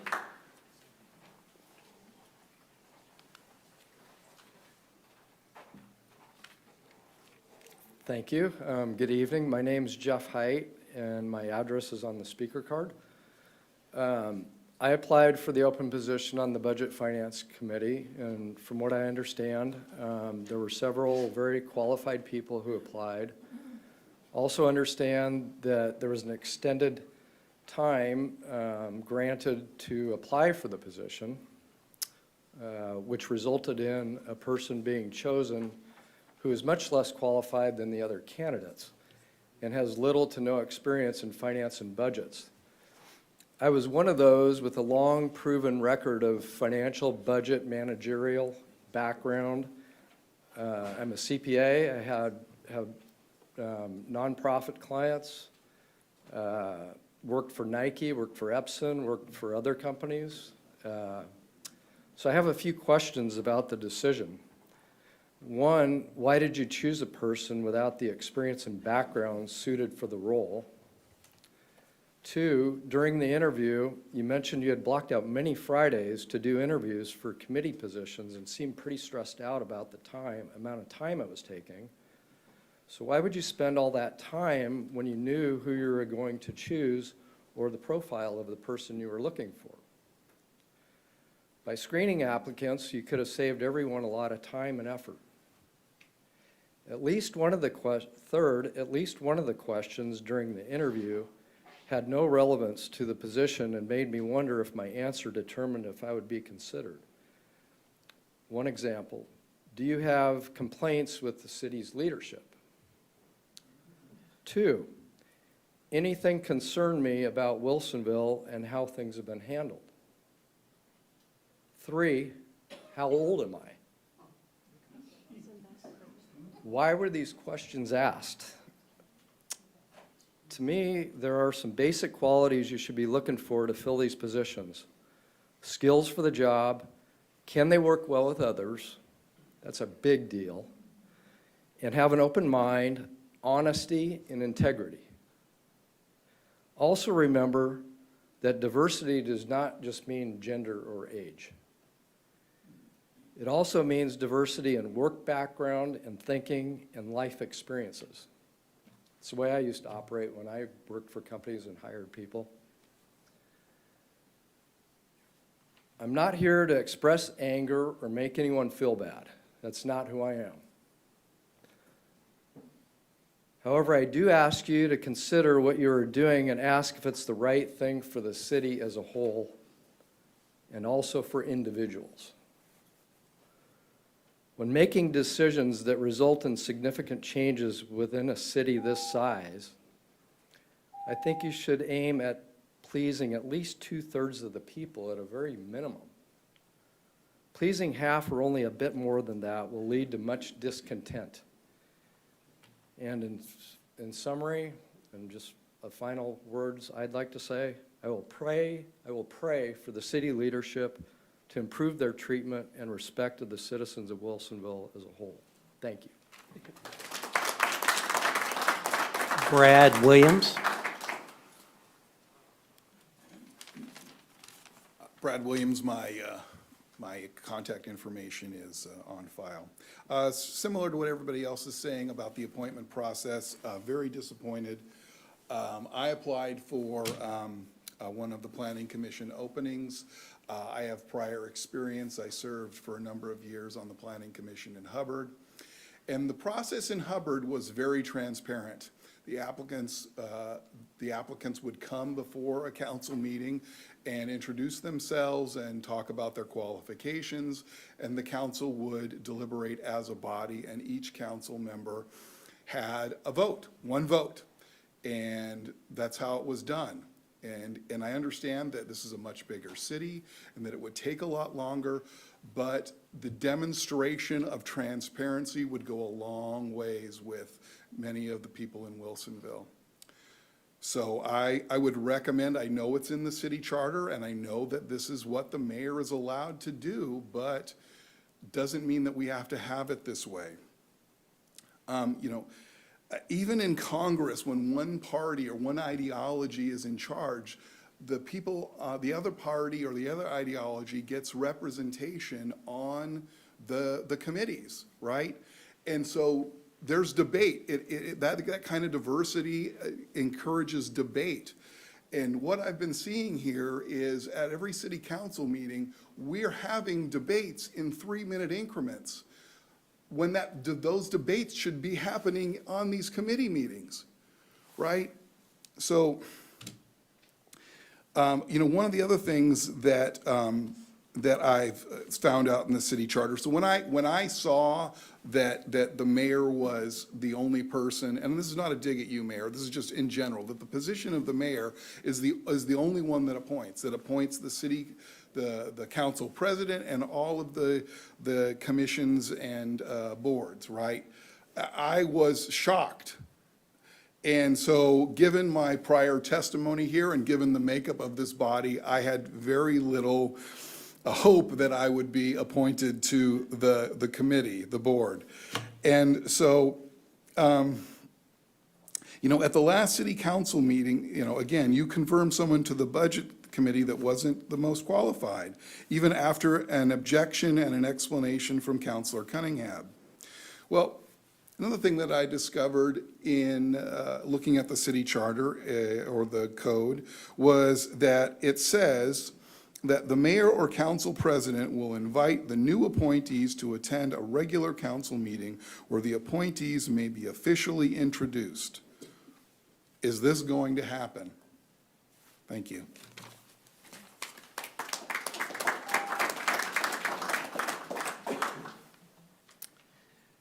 Tristan Rowland.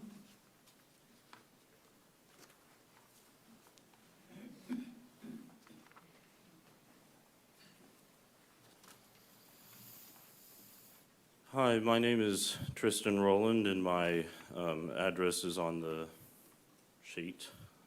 I'd like to start by saying my remarks are not to the council and are to the Wilsonville community as a whole. And first I would like to diverge from being a thorn in everyone's side and talk about something we don't talk about very much, and a word that many politicians often swing around: unity. And why is this relevant? Because right now in this world, we see groups fighting, and then within those groups we see infighting, and then within the infighting groups we see more fighting. But I think the important aspect of the word unity is that is involved in the word unity is listening. And whether you're a Democrat or a Republican or a left-winger or right-winger or whatever you're wanting to label yourself as ideologically, to achieve anything, we must listen to each other. And that's what freedom of speech is for. So all I'm here to say is that to the Wilsonville community is to listen to the other side, because if you listen to the other side, you can find gems that you would not find anywhere else if you were just listening within your own echo chamber. Thank you very much.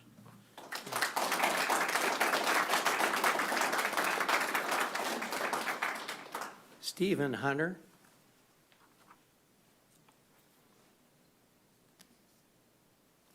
Oh, excuse me, through Dwight Sims. Yeah, you got it right, Mayor. Thank you so much. This is something printed out by my friend Stephen Hunter, who is just unavoidably detained. He couldn't make it tonight. He wanted to be here. And this is, I'll just read it to you verbatim, if that's all right. Good evening, council members and city staff. This presentation is submitted by Stephen Hunter, a rural resident of Wilsonville. His contact information is on record and the speaker request card. Due to prior county business, he is unable to attend this evening's meeting. I wish to speak on the very large fee increase in water and sewer rates proposed at the last public meeting. As presented, this huge increase caught everyone by surprise. However, not everyone can be absolved of responsibility. The three newest elected council members, Cunningham, O'Neill, and Shevlin, may have reason for grace due to their limited time in office. Councilor Berry has less room for grace, being the most senior and council president. Two other key members of this council hold the greatest responsibility, and both these members are unelected, Councilor Scull and Manager Cosgrove. Residents were told Mr. Scull was the most experienced and knowledgeable person on the list of volunteers to fill the vacant council seat due to his long-term involvement in city business and planning.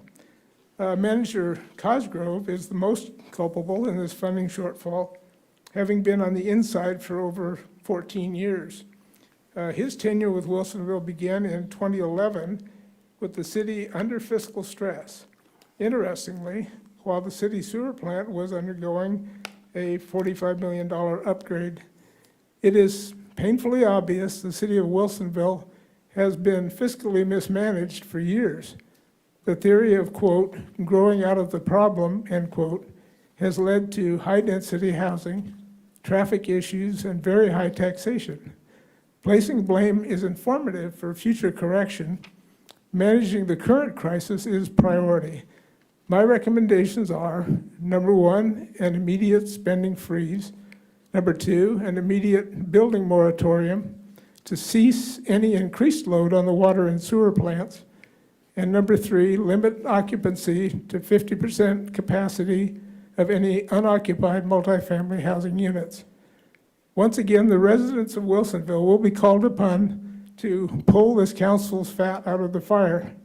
Whatever the final tax increase is determined to be, city government must take 51% of that amount upon itself by reducing spending through whatever means it takes. That is the sacrifice this council will ask the already burdened taxpayer to do. It's only fair for the city to do the same. Thank you for your attention to this matter.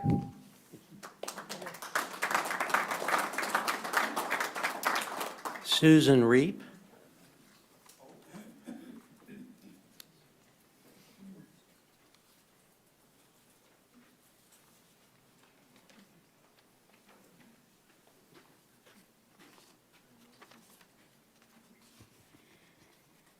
Good evening. My name is Susan Reap, and my information is on file.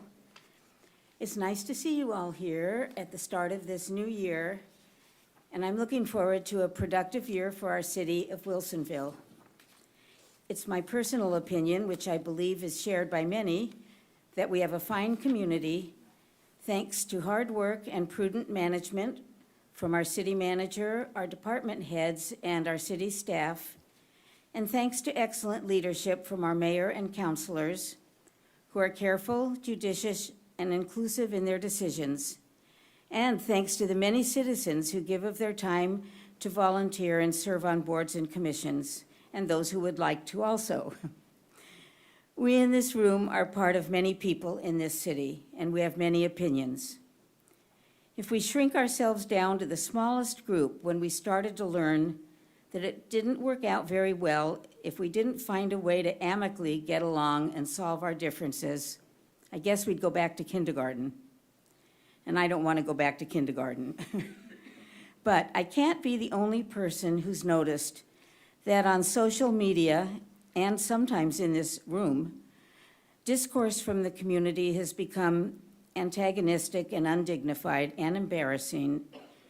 And it's just my personal opinion, but I think the more we talk like that out loud, the more we lose our dignity and forget what we're actually talking about and why we're so mad, why we're sounding so angry that it's beginning to feel personal instead of related to city business. So I'd like to put out a plea that as citizens of Wilsonville, as a small part of many people in our city, that we pause and rethink where we are, who we are, and how we can solve policy issues together.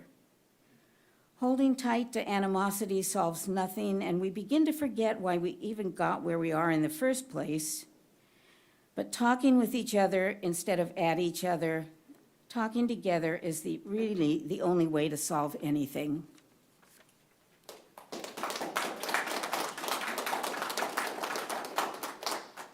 Okay, so now I've tried to segregate. I'm going to start calling names that have identified the petition as the subject matter. First is Kate Johnson.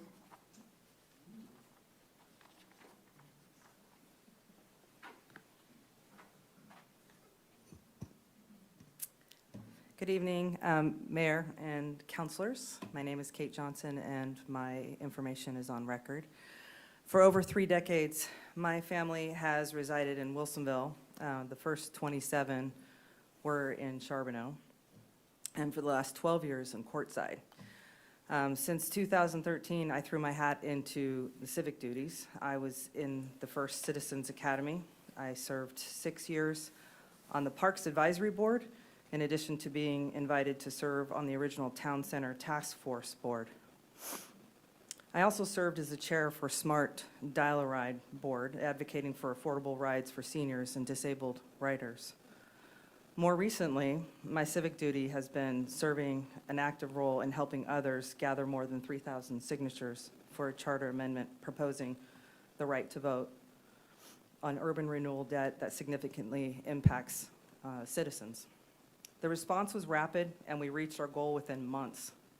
We turned in more than 3,200 signatures, far more than needed. We turned in a second batch of signatures shortly thereafter, and our city attorney publicly announced on December 15th, as was announced earlier, that our efforts were sufficient to make the ballot. Late afternoon on New Year's Eve, our chief petitioners learned our signatures were short by 12, disqualifying our efforts and our nonpartisan right to vote. The redirected response is that disqualification requires us to regather the same 2,800 signatures within weeks. With all due respect to this council and mayor, I implore you to exercise your civic leadership abilities and do the right thing. Put this on the ballot, consider it, give grace for the efforts in such a short time, listen to your constituents, and by doing so, you show that you care. And believe it or not, that really does matter. Thank you.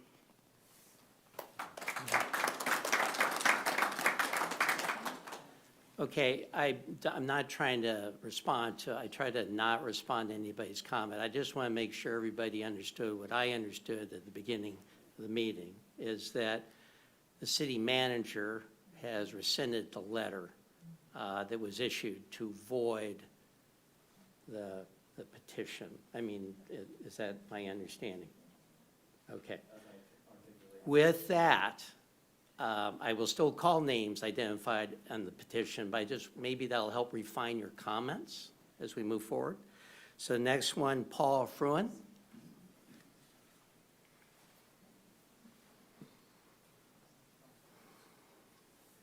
Hi, my name is Paul Fruin. I've been here before, 22-year resident of the city, very involved in talking to people in the city, and I was here to comment about the petition. So I thank you, first of all, that you have rescinded that. It's a good move. And I want to encourage you, this is a perfect example of what you need to do forward when you start replacing that position.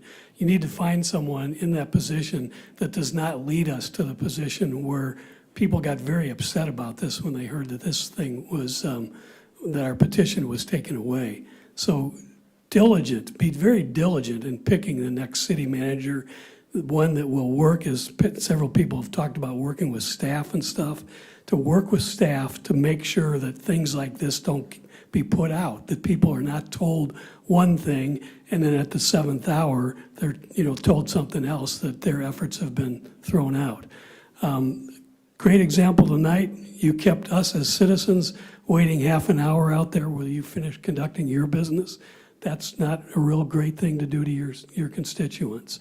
And going forward, I'm glad that all of you, I'm glad that you counselors and the mayor won't have to deal with this when they run for office again, because this wouldn't have just gone away.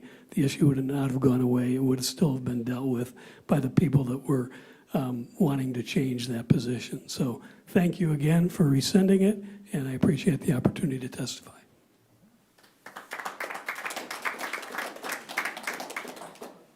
Patrick Thom. Oh, excuse me, Patrick Thom. I apologize. I keep going back and forth. Thank you. As stated before, lifelong issue. For the record, Patrick Thom, address is on file from the speaker card. As stated before by other people, thank you for the ability to testify, and thank you for having the the voiding of the petition rescinded. At this time, I am actually going to hold my comments on that because of that decision that was made until the next city council meeting. So, thank you. Thank you.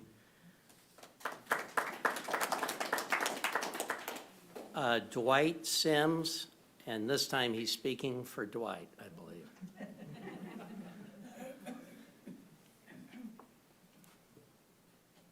Thanks, Mayor and City Council. I'm going to follow the example of the last testifier because of your wonderful decision. I really congratulate all of you for doing the right thing. And so just thanks again. It's great. It's a good way to start the new year. Well done. Take care. I just want to clarify something. The city administration made the decision. The council stayed neutral on that, so. But thank you for thanking us, but give thanks to the city manager and the. All right.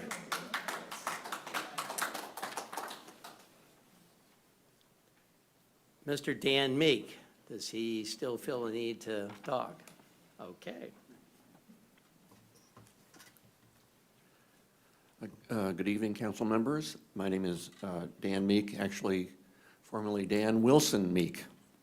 I represent the chief petitioners in the matter of petition 2025-1I, and I appreciate the city manager's statement today that the city considers the petition, quote unquote, really filed, and I assume that he means it is filed under ORS 250.325, which triggers the next steps in the process. And so I just have one question, and that is whether the city now recognizes the validity of the December 15th declaration at the city council meeting then that the petition had been officially filed under ORS 250.325. Is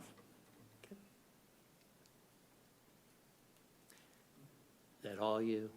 That's my question. Okay. We listen, we don't answer questions necessarily, but staff could reach out to you after this. Okay. Thank you. You. Jason Jones.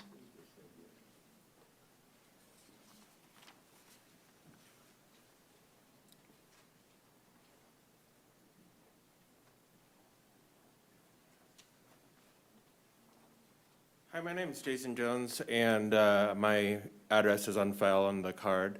And I just wanted to show up tonight and say, honestly, thank you for being here. I've read a lot on social media, some of it positive, but unfortunately a lot of it has been negative. And this really is for any of you who are willing to sit up there and serve, whether you're Republican or Democrat or independent. I think it's brave to sit up there and do a lot of work and take a lot of guff for not a lot of reward. And so I just want to say I appreciate your effort. I moved here in 2018 and have found that Wilsonville is a great place to really get involved. Like different than, we started in Portland, not involved at all. Tigard, not involved at all. Wilsonville, we've been very involved, and I think that there's something about this city that really brings people together and makes it inviting for people. So I just wanted to say thank you for that, and I guess I still have 2 more minutes. So I just want to say that I have been become very interested in what suburbs have to offer since I've been living in Wilsonville. I think that this city has good bones. I think there's a lot of potential here. Cities that I go visit include Lake Oswego, West Lynn, Sherwood, Beaverton, not because we don't have offerings here in Wilsonville, but I think that and this is something that I think goes to both sides of the aisle, that everybody agrees that there needs to be something different that happens here in Wilsonville. We need more arts, culture, heritage. That's my involvement with Wilsonville, is Arts, Culture, Heritage Commission. But we need more restaurants. We need more, we need more dialogue, I think, generally speaking. And I started out with the negative, but I do want to say that just recently I have seen some positivity here in Wilsonville. He left already, but I talked to a man who had a huge argument with on social media a couple weeks ago, and we shook hands tonight and had a good discussion. So I guess I'll just wrap it up here by saying that thank you for all that you're doing here for the city of Wilsonville, and I appreciate your effort.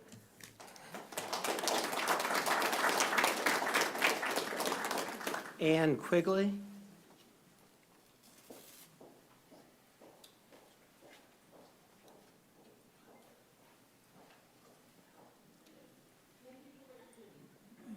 Happy New Year.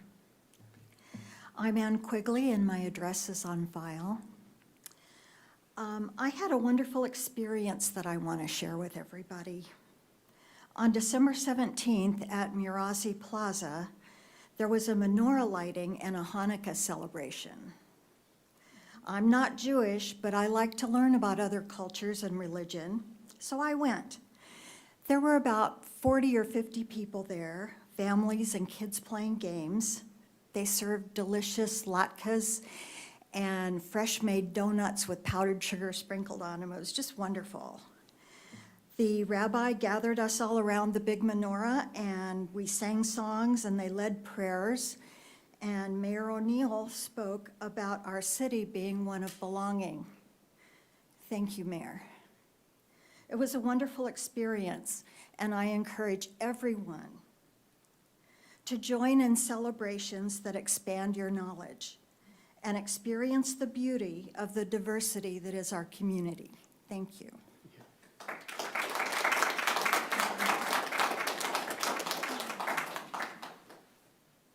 Rick Wallace?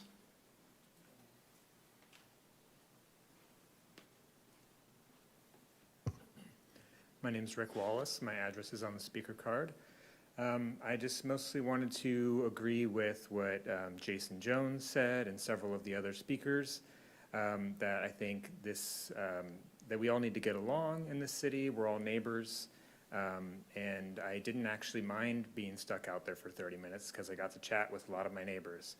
And let's see, I wanted to mention or thank the mayor and the city council for everything you've done this last year. I think you're doing a great job, so keep it up. And I liked Ann's story, and it reminded me of the DEI committee had a Las Posadas event on December 18th this year. And it was a wonderful event at the community center. And lo and behold, the mayor was there and gave a good talk, and we had a good time. There was the Woodburn Mariachi Band, the high school mariachi band was there, and my ears are still ringing from it, from that small room with that big band. So I just want to thank you, Mayor, for coming to those sort of events and making this a city of belonging.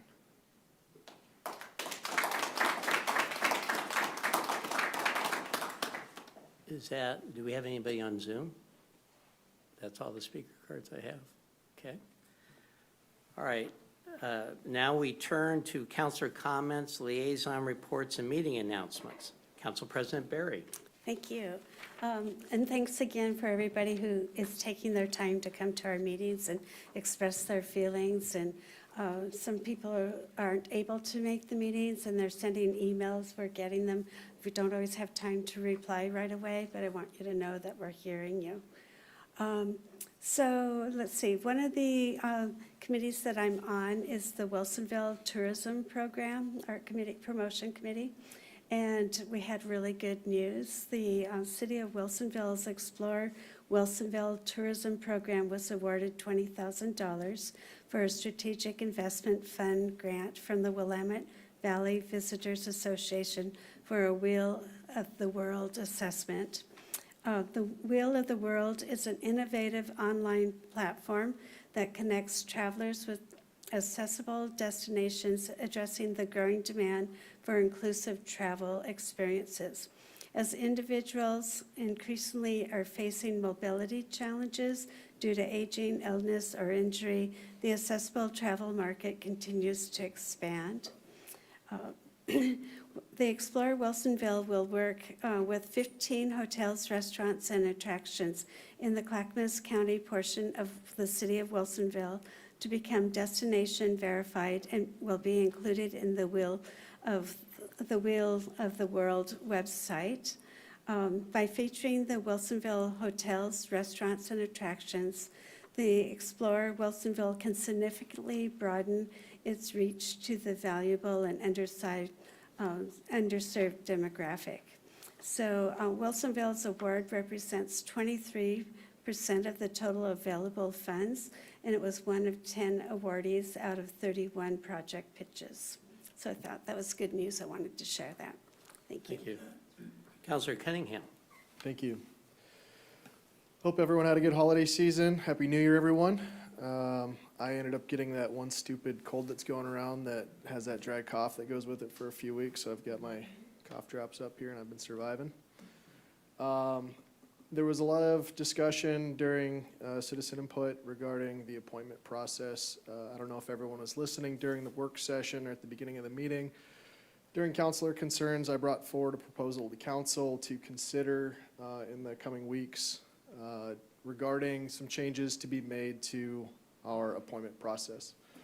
I'll read the executive summary that I have in my proposal. I'll also publish this as a public statement tomorrow so everyone can view it if they choose to. And I'll go over the 6 points that I'm looking for council to consider. So it says, this proposal outlines a comprehensive update to the city's current process for appointing members to boards and commissions. The recommended changes aim to introduce greater objectivity, standardization, and accountability into the selection process. By implementing clearly defined criteria, structured interviews, scoring mechanisms, background checks, and expert involvement, we can ensure that appointments are merit-based, inclusive, and aligned with the city's strategic goals and the mission statement of the City Council. These reforms will promote diversity, reduce potential biases, and enhance the overall quality of service provided by our boards and commissions. The 6 main highlights that I have are clearly defined objective criteria for each board or commission, specific HR reviewed and approved questions for each board or commission, scoring rubric based on objective criteria and specific questions, interviews conducted by 3-person panels, including the mayor, the chair, vice chair, senior member of the relevant board or commission, and a staff expert from the city. Background checks for each applicant so we don't end up like Salem, and notifications to non-selected applicants. Over the last couple weeks, regardless of sore throats and things, I've talked to a lot of people about these processes, to people who went through this last process, people that were here tonight, people that were not here tonight. And one of the things, though, the easiest thing is we can ensure that we can let people know within 48 hours that they weren't selected. It's just a customer service issue. But I think more importantly, there's some things in here that can promote openness and transparency to our community. The mayor was handed a process, and that's the process that he used and was given. So I don't fault him for anything there. But I think that we can do better as a city, and I think we owe it to you, our citizens, to do that. That we put our best and brightest forward, that when we have the opportunity, that we are looking at things and we can stand behind and defend any decision we make as a united board, as a united front, as a city. And you, our citizens, deserve no less. And actually, in this, when I created this proposal, the first people that I put on here that I'm sending this out to is the citizens of Wilsonville, because this is for you and for the accountability that we need to have to you, our citizens. So that's what I'm looking to do going forward. I hope that this council brings this up and we have some discussions about this in the coming weeks, because in about 6 months, this appointment process is going to happen again. And I want to make sure that it's done in the best possible way. Thank you. Councilor Shevlin. Thank you. And Happy New Year to everyone. I want to thank all the citizens that attended the December 15th City Council meeting and who provided testimony or sent us emails about the sewer and storm water rates. And I want to thank everyone for coming tonight and sharing your perspective, your opinions. What I heard, a thread that I heard that I'm really going to hang on to is that we need to listen, we need to be kind, we need to hear what the other person is saying and be respectful. So you can expect that from me, and I hope that I can expect that from our citizens as well. I just have a couple of updates about our Diversity, Equity, and Inclusion Committee's cultural calendar. 2 events in January have already passed. January 1st marks the anniversary of the Emancipation Proclamation in 1863. That was a pivotal step toward the abolition of slavery and the adoption of the 13th Amendment. And January 4th, just yesterday, who knew? It was World Braille Day. So we recognize Braille as an essential tool for communication and inclusion for people who are blind or visually impaired. I'm sure we all have family members that, or people that we know that benefit from Braille. Coming up on Monday, January 19th, as the mayor noted, is Martin Luther King Day, honoring Dr. King's leadership in advancing civil rights and racial justice. One last event, we've heard comments about our Civics Academy. On January 15th, my fellow councilors and the mayor will be presenting to the Civics Academy A little story about ourselves. What history do we have? What brought us to city government? And what are our goals for the city and how we represent you? So we look forward to addressing the Civics Academy. Most of you know, but in case you're maybe watching and have not heard of the Civics Academy, it's an annual event, or not event, but series of meetings where 30 enthusiastic Wilsonville citizens take part, and they learn how city government works, and they get to learn about the staff and city government and learn more about their fellow community members. And just lastly, I continue to meet with citizens that want to share their ideas with me personally over coffee. And I look forward to hearing from any of you that would like to meet with me. I'm happy to meet you anywhere in the city. And please share your perspective with me. I'm here to listen. Thank you. Thank you. Councilor Skoll. Also, Happy New Year. I hope everybody had a great and safe holiday and was able to spend time with their families and enjoy and relax. Just a few words here. Yeah, as we open 2026, I want to begin by recognizing something simple but important. As the new year brings both opportunity and responsibility, it gives us a chance to reflect on where we've been, to acknowledge what we've done well, and to be honest about what has been difficult, and to recommit ourselves to the work ahead. Wilsonville remains a strong and resilient community. We are a city people who choose to raise families, businesses, build businesses, invest, and put down roots. That doesn't happen by accident. It happens because of thoughtful planning, civic engagement, people who care deeply about this city. I'm grateful for our residents, those of you who show up and speak. The information is just great and very informative. Our city staff, they do an excellent job. Our volunteers and my colleagues on the council, basically they continue to show up even when the conversations get difficult. At the same time, we would be doing our community a disservice if we pretended the year ahead was going to be easy. We are entering 2026 at a moment that requires discipline, clarity, and trust between the residents and the city, and I think that's been stated here quite a bit. We need to listen, we need to talk to each other, and do it in a reasonable fashion, and the important part of that is listening. We also need to be honest about the pressures we're facing in our community. Moving forward in 2026, I'd like to personally focus on activities that involve town center. I think we need to get that off and moving and get some real movement in that. Also would like, and we've had a lot of discussion about this, work on getting the rate structures and the rate issues straightened out and basically on track within the city. That's going to take a lot of work, a lot of difficult analysis, and to basically balance that moving forward. And then also my really focus on, for me personally, will be emergency preparedness. We started talking about that tonight, and I look to work with the community to bring the community side of that emergency preparedness activity to the residents. Finally, I want to speak briefly about how we govern together. 2026 will require study leadership. It will require us to listen carefully, disagree respectfully, and resist the temptation to oversimplify complex problems. It will require us to explain just not what we are doing, but why, even when those explanations are uncomfortable. My hope for the year is that we govern with humility, clarity, and courage. That we acknowledge trade-offs honestly, and that we treat residents not as obstacles, but obstacles to be managed, but as partners in shaping the future of the city. Wilsonville has always planned ahead, not perfectly, but intentionally. If we stay grounded in our values, focused on long-term livability, and committed to responsible action, I'm confident that we can navigate the challenges ahead and emerge stronger. So, thank you. Thank you. Now we're turning to consent agenda. The next item is consent agenda. Will the city attorney please read the items on consent?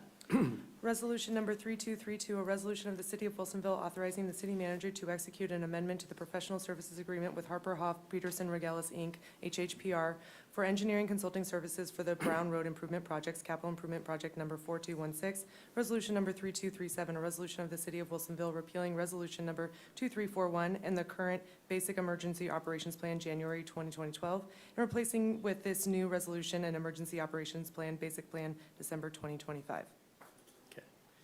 Thank you. City Council President Barry, can I have a motion to adopt the consent agenda? I move to adopt the consent agenda as read. Is there a second? Second. The motion has been made and seconded. All those in favor say aye. Aye.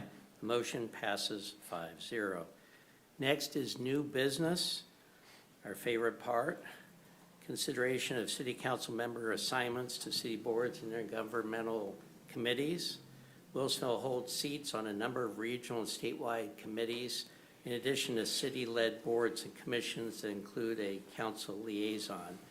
As a leading city in the region, our participation in these bodies ensures Wilsonville's perspectives are represented and our voice is part of broader policy and planning discussions. Many of these committees require both a primary and an alternate representative, though some do not permit alternates under their bylaws.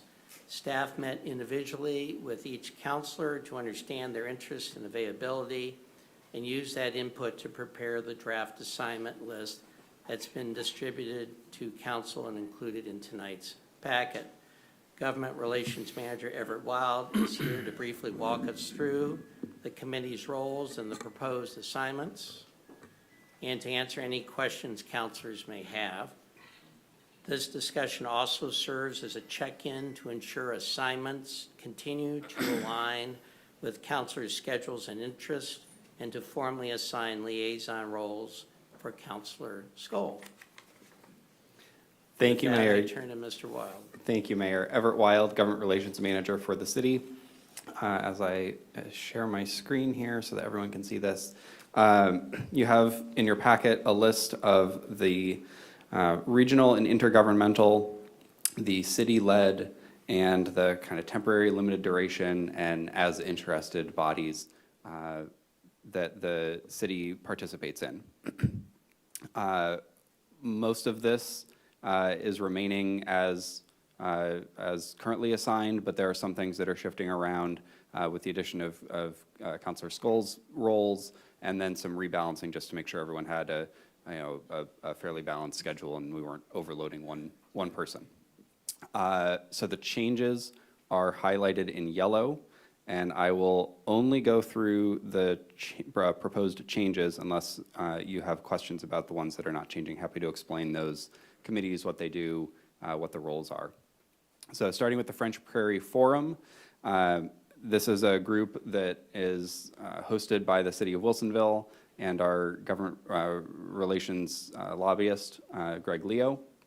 He and I developed an agenda and bring together a group of folks from basically Wilsonville south to like north of Salem to discuss issues that pertain to the North Willamette Valley, things that are of interest particularly to the smaller cities like Hubbard, Aurora, Donald, in that area. It's a very collaborative group. Opportunity to learn about land use issues, talk a lot about the airport and other things that are happening there. So proposing to add Councilor Skoll to that group as an attendee. Next, I'll kind of tackle the next two together. The Regional Water Providers Consortium Board is a group made up of the vast majority of water providers, so cities and special districts that provide water service in the greater Portland area. And they meet to discuss issues of concern relating to water. And the Willamette Intake Facilities Commission Board is a separate group that is just made up of those municipalities that draw water from the Willamette River, including Wilsonville. So proposing kind of a crosshatch there where we've got a primary and Councilor Cunningham on one board who's backed up by Councilor Skoll, and then switching that for the other boards. So there's some knowledge from both of them in case one can't make it. They're still both engaged on the kind of the water issues. The next one is an interesting group, the Willamette Falls and Landings Heritage Area Coalition. They are a group that's made up of municipalities, Metro is involved, there are private partners, including like PGE, that are working to create a national heritage designation at the Willamette Falls area. The city of Wilsonville has been engaged with this group for a while. Under the kind of current direction that this group is going, I think that they're slowing their effort down a little bit, kind of taking a reevaluation of how they can be successful and effective. And I don't know if sitting on this board would be the highest and best use of your limited time as elected officials. So I've proposed that staff, myself, would step in and serve on that role. If they start picking up steam again and it kind of raises to the level where we need to be engaged at the elected level, I would come back and propose that one of you sit on it. Or if one of you is really interested in that role tonight, let me know and I'll be happy to swap you in. Last is the Greater Portland, Inc. Small Cities Consortium. We sit on this as a small city, which is defined by Greater Portland, Inc. as cities under 50,000. There's one representative elected from among those small cities that serves on the Greater Portland Incorporated Board, and it's really focused on economic development and other issues. I know Councilor Shevlin, you've, I think, been attending them for a while. So those are the changes to the regional and intergovernmental groups. And then down below on the city groups, proposing to have Councilor Skoll as the liaison to the Arts, Culture, and Heritage Commission. This is a role formerly filled by Councilor Dunwell. And for the Urban Renewal Task Force, proposing Councilor Shevlin. The role in that group is to chair the group. The Urban Renewal Task Force is a group that meets on an ad hoc basis relatively infrequently, and they discuss proposed amendments or changes to existing urban renewal plans. So currently there's only one meeting of this group scheduled for the foreseeable future, and they're discussing the land aggregation strategy in Coffee Creek that council adopted last year. Those are the proposed changes. Happy to answer any questions or make your edits as you discuss. Councilor Shevlin. Thank you, Mr. Wild, and I want to thank Councilor Cunningham for stepping up and getting involved with Greater Portland, Inc. Small Cities Consortium. Be happy to pass the baton over to you on that one. Must be really fun. It's a sleeper. No, it's a good committee. Thank you very much. Thank you. Any other comments or concerns? Okay, thank you. With that, City Council President Berry, can I have a motion to approve the committee and liaison assignments of city council members to internal and external bodies as presented by our city official, Everett Wild? Sorry, I'm tired tonight. Excuse me, Mr. Wild. I move to confirm the slate of city council appointments to the city boards and committees and to the intergovernmental bodies as read by the mayor and presented by our staff member, Everett Wild. Is there a second? I'll second. The motion's been made and seconded. Any discussion? Seeing none, all those in favor say aye. Aye. Aye. The motion passes 5-0. Thank you, Mr. Wild. Thank you all. Now we turn to city manager business. Nothing. Okay.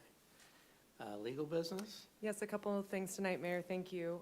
So the first item for legal business tonight is to discuss a potential competing measure for the initiative related to the initiative petition.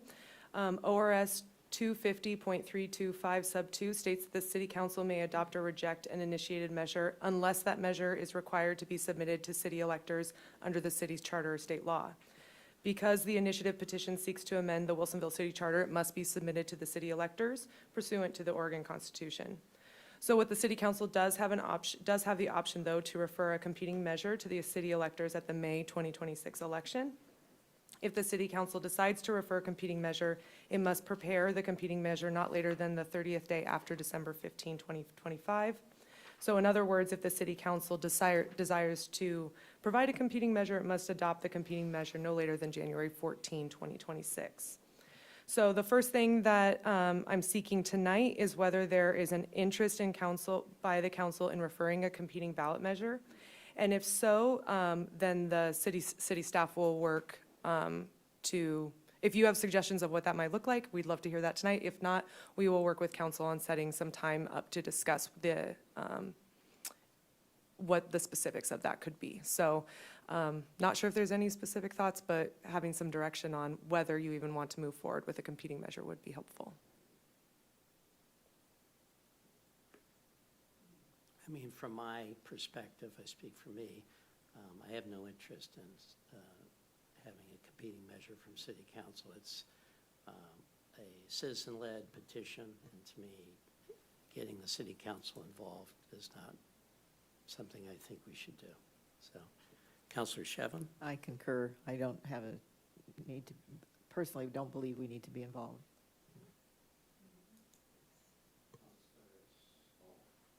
I also concur.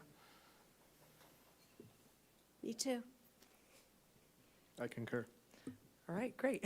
So we'll move on to the next item. Okay, so the next item is concerning property, a proposed development adjacent to the Aurora Airport. On December 17, 2025, the Marion County Board of Commissioners adopted ordinance number 1485, approving development of property adjacent to the Aurora Airport at 22515 Airport Road, Northeast Aurora, Oregon. Marion County file number CU/CP24-038. This property is located in Area of Special Concern O in the City of Wilsonville Comprehensive Plan. The city participated both before the Marion County Hearings Officer and Marion County Board of Commissioners in opposition to the application, noting in particular the development of urban uses on rural exclusive farm use land. On December 19, 2025, Joseph Schaefer filed a notice of intent to appeal with the Land Use Board of Appeals regarding this development approval. On December 29, 2025 and December 30, 2025, additional participants filed notices of intent to appeal with the Land Use Board of Appeals. All notices of intent to appeal must be filed by the 7th. Tonight, for council's consideration, is whether to intervene in the current and any additional appeals on file number CU/CP24-038 before the Land Use Board of Appeals. I'll open it for council questions or consideration, but otherwise, if council is interested in intervening in these appeals, then a motion authorizing staff to file on behalf of the city to intervene in the current and any additional appeals on this application before the Land Use Board of Appeals would be the next step.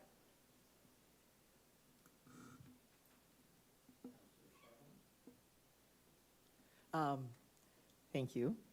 I support that we file a notice of intent to appeal on this issue. It's not a motion yet, but I support it. So just to be clear, do you mean a notice of intent to appeal or a motion to intervene? Oh, I'm sorry, a motion to intervene.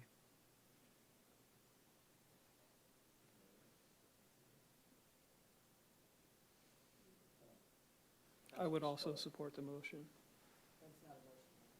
Well, to intervene. City Council President Berry? I agree. Okay. Any input from you? All right.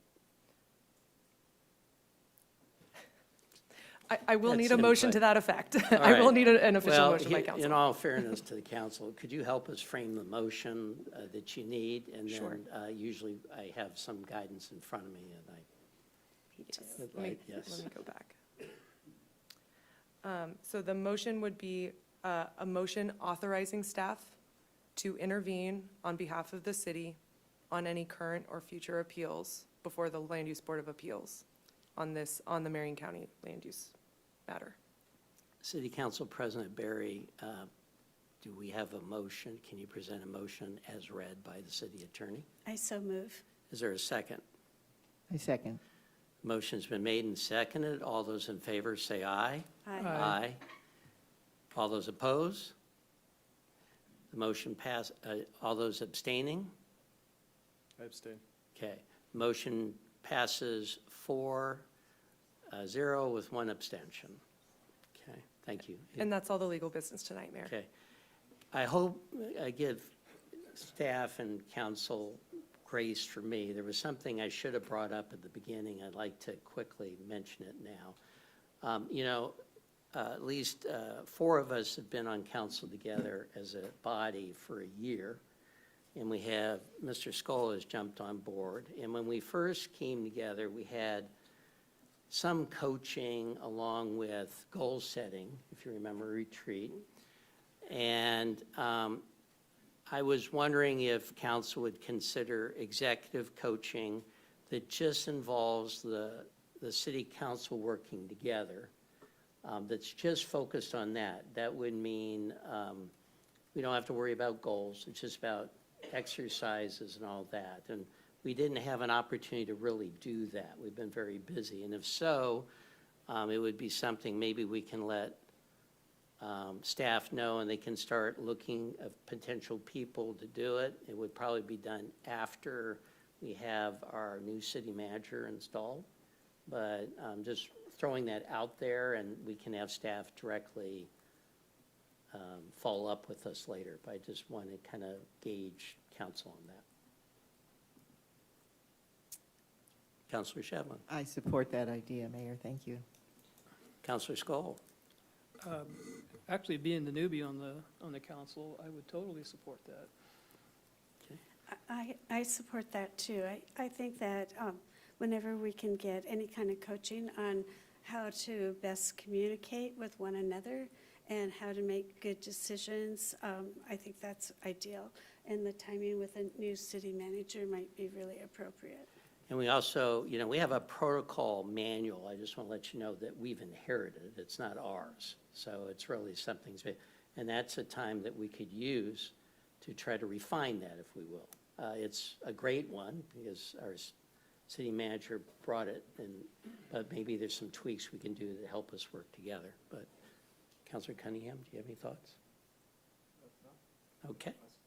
Okay, great. Can I, Mr. Cosgrove, is that something maybe we can? All the direction I need. Thank you very much. Okay. Okay, with that, at 8:46, the city council meeting is adjourned. Yeah, this will be fast. You guys don't want to stay for the urban bills? Yes? Yeah. Are we? Okay.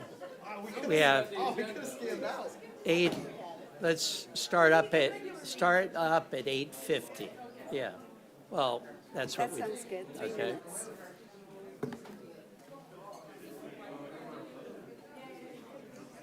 We probably could go right into it without a break. 'Cause it's not like kids.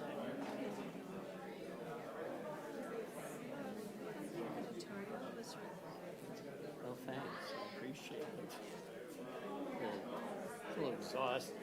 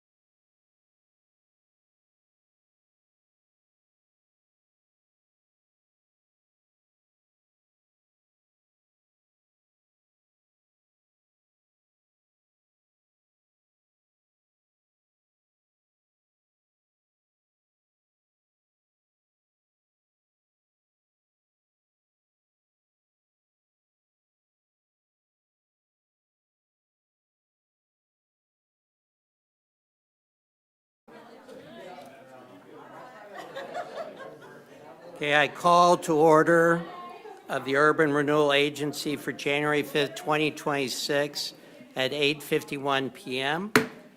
Will the city recorder please call the roll? Member Shevlin? Here.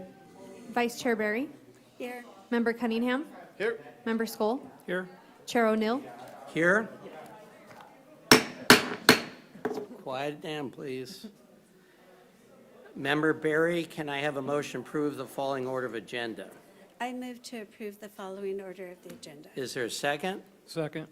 Motion to approve the following order of agenda has been made and seconded. All those in favor? Aye. Aye. The motion passes 5-0. This is, next is citizen input. Mayor, This- you can waive the reading unless there's somebody on Zoom. All right. There's Can nobody we in the waive the audience. reading? Are we, okay, so waived.